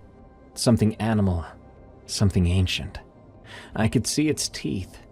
There were too many of them. It took a step forward. I stumbled back, tripping over a root, and I went down hard. Gabe tackled it from behind then. I don't know where he found that strength. He was bleeding from his face and chest, but he hit that thing with his full weight, wrapping his arms around its torso. "Go!" he screamed at me. "Get Matthew and go!" The goat man spun, throwing Gabe against a tree. The sound of impact was terrible. But Gabe held on, dragging the thing down, giving me the seconds I needed. It was the worst moment of my life. Worse than anything that came after. Because I ran. I pulled Matthew up, got him over my shoulder in a fireman's carry, and I ran back the way we'd came, leaving Gabe there, fighting something that couldn't be fought, buying us time with his life.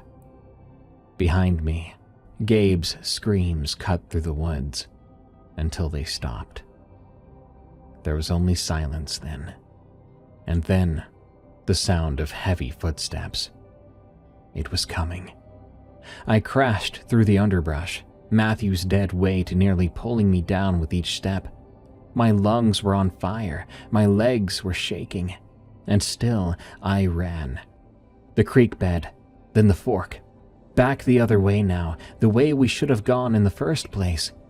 I couldn't hear anything over my own ragged breathing and the sound of branches breaking as I pushed through. Then I saw the trail, an actual marked trail with a wooden sign and a posted map. Signs of humanity, of order, of safety. I staggered onto it, nearly falling, caught myself on a trail marker. Matthew groaned against my shoulder. I kept moving along the trail, praying it would lead somewhere, anything but deeper into this nightmare. The trail was well maintained, gravel under my feet. It curved through the trees, marked with occasional signs. I followed it because I had no other options. And I could feel it behind me. Not see it. It was staying just out of sight now, moving parallel to the trail through the trees. But I knew it was there. I could hear the branches shifting, and I could sense its attention fixed on us. The trail sloped upward. My legs were screaming, and Matthew was barely conscious. His breathing was shallow and fast. I climbed, one step after another, because stopping meant death. Finally, I saw pavement. The trail ended at a paved park road, empty but beautifully, impossibly real. Asphalt and painted lines and a metal road sign. I stumbled out onto it, went to my knees, Matthew sliding off my shoulder. I looked back at the tree line. It was there. The goat man stood at the edge of the woods, exactly where the pavement began. It was watching us. It wasn't moving forward. It couldn't, I thought, or it wouldn't. Something about the boundary of the forest, the hard edge of civilization, held it back. Was it because it was in its true form? We stared at each other for a moment. Then it stepped backward into the trees. Like that, it was gone. I couldn't move. Matthew was unconscious beside me on the road. We'd gotten out, we had made it. But not Gabe. I heard an engine. I looked up to see headlights approaching. A park service vehicle came around the corner. The ranger inside slowed down as he saw us collapsed in the middle of the road. He got out, asking us questions I couldn't yet process. He asked if we were okay, what happened, if we needed an ambulance. I looked past him toward the woods. towards where the darkness between the trees where something that shouldn't exist might be waiting, where my friend had died, buying us the time to escape. There's someone else. There's someone else in the woods. We have to, I said. But even as I said it, I knew there was nothing left to find, nothing left they could do. The ranger was on his radio, calling for medical support, asking our names and where we'd been. I looked at Matthew, still breathing but only barely, then back at the woods. I knew with absolute certainty that whatever had happened in there, whatever we'd encountered, the world was not going to believe us, could not believe us. The woods kept their secret, and one of them was Gabe. 15 minutes is how long it took for the ambulance to arrive, but that felt like hours. Matthew had stopped responding. His breathing was so shallow, I wasn't sure he was going to make it. His skin was cold, like a corpse. Shock, the paramedic said. She tried to keep him warm with a blanket. EMTs worked on him. He was critical. They got him stabilized enough to move and loaded him up quickly. I was ambulatory, they said. Cuts and scratches, exhaustion, possible concussion, but I could walk. As the ranger pounded me with more questions, I answered. Bear, I said. The lie was instinctive. Bear attack. My friend, Gabe, he's still out there. There were 2 others, Christian and Terry, but they're waiting at the diner. Where did this happen? I tried to explain. The creek bed, the ravine, somewhere past the marked trails. Before long, my words weren't making sense. The ranger kept asking me to slow down, to breathe. They then loaded me into the ambulance with Matthew. As the doors closed, I got one last look at the woods. The trees were just trees in the afternoon light. Normal, seemingly innocent. But I knew better. At the hospital, Matthew went straight to surgery. He had a compound fracture of the femur, possible internal bleeding, severe dehydration. I was taken to an examination room where a doctor cleaned my cuts and checked me over. There were some bruised ribs, lacerations, exhaustion, but nothing life-threatening. Some police arrived while I was being stitched up. 2 cops, young and professional. They needed my statement about what happened. So I had to re-explain everything again. The female officer called it in, contacting the Laurel Police Department. She asked them to send over someone to the diner to check on the 2 men waiting there. She then came back into my examination room and said something that made my blood freeze. Sir, the officers at the diner are confused. Your friends Christian and Terry are there, as you said, but so is Gabe. They said they've been waiting there since you left with Matthew. I stared at her. That's not possible. They're pretty certain. They say he's been with them for over 3 hours. He couldn't have been. He was with us. I watched him be attacked and... She looked at her partner. The look said everything. I was in shock. I got a head injury. I was seeing things. We need you to start from the beginning, please, she said carefully. So I did. Matthew pulled through, made a complete recovery, and you would never know what he had been through by just looking at him today. Terry and Christian are just fine. Still sometimes make fun of me for begging to go back to that god-awful clearing that day, just to get attacked by a bear. Gabe, though, he's a different story. It took me so long to trust him again. I'd watched who I thought was Gabe be attacked by the goat man. I'd heard his dying screams in the distance as I ran away. But when I saw him again in person, I was watching him like an interrogator, trusting nothing he did or said. Unlike the fake Matthew, though, Gabe, even after weeks, did not behave strangely. There was nothing off, nothing except the misaligned events in my head. Gabe had come with me, had drove us back out to the woods, didn't he? Or is the goat man able to warp your thoughts and your mind entirely? I struggled for some time. When such an important and traumatic event makes absolutely no sense in your head, it can make you feel depressed, even psychotic. Eventually, like Matthew, I pulled through in my own way. Now, Gabe and I are the friends we used to be. To the others, they thought I drove out with Matthew to go find something back at the campsite, and that's the end of it. We've all agreed to stop bringing this up, likely just to keep my mental wounds from tearing back open.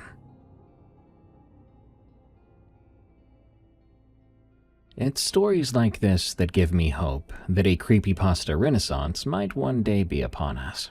Well, that is if this story is fake. Like many stories people send me, the author of this story claims it's true.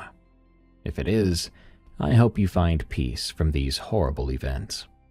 If not, thank you for a chilling story. Good night. Thank you for tuning in to another episode of Unexplained Encounters. I've been your host, Darkness Prevails, and you can get my new one and only coffee over at eeriecast.store. Make your morning something to fear with the Morning Brew. Also, be sure to rate and follow Unexplained Encounters on Spotify and Apple Podcasts, or your favorite podcast app. If you'd rather, you can just subscribe to me on YouTube at Darkness Prevails. Thank you. Till next time, everyone, stay safe out there and stay creepy, because this world is a strange one.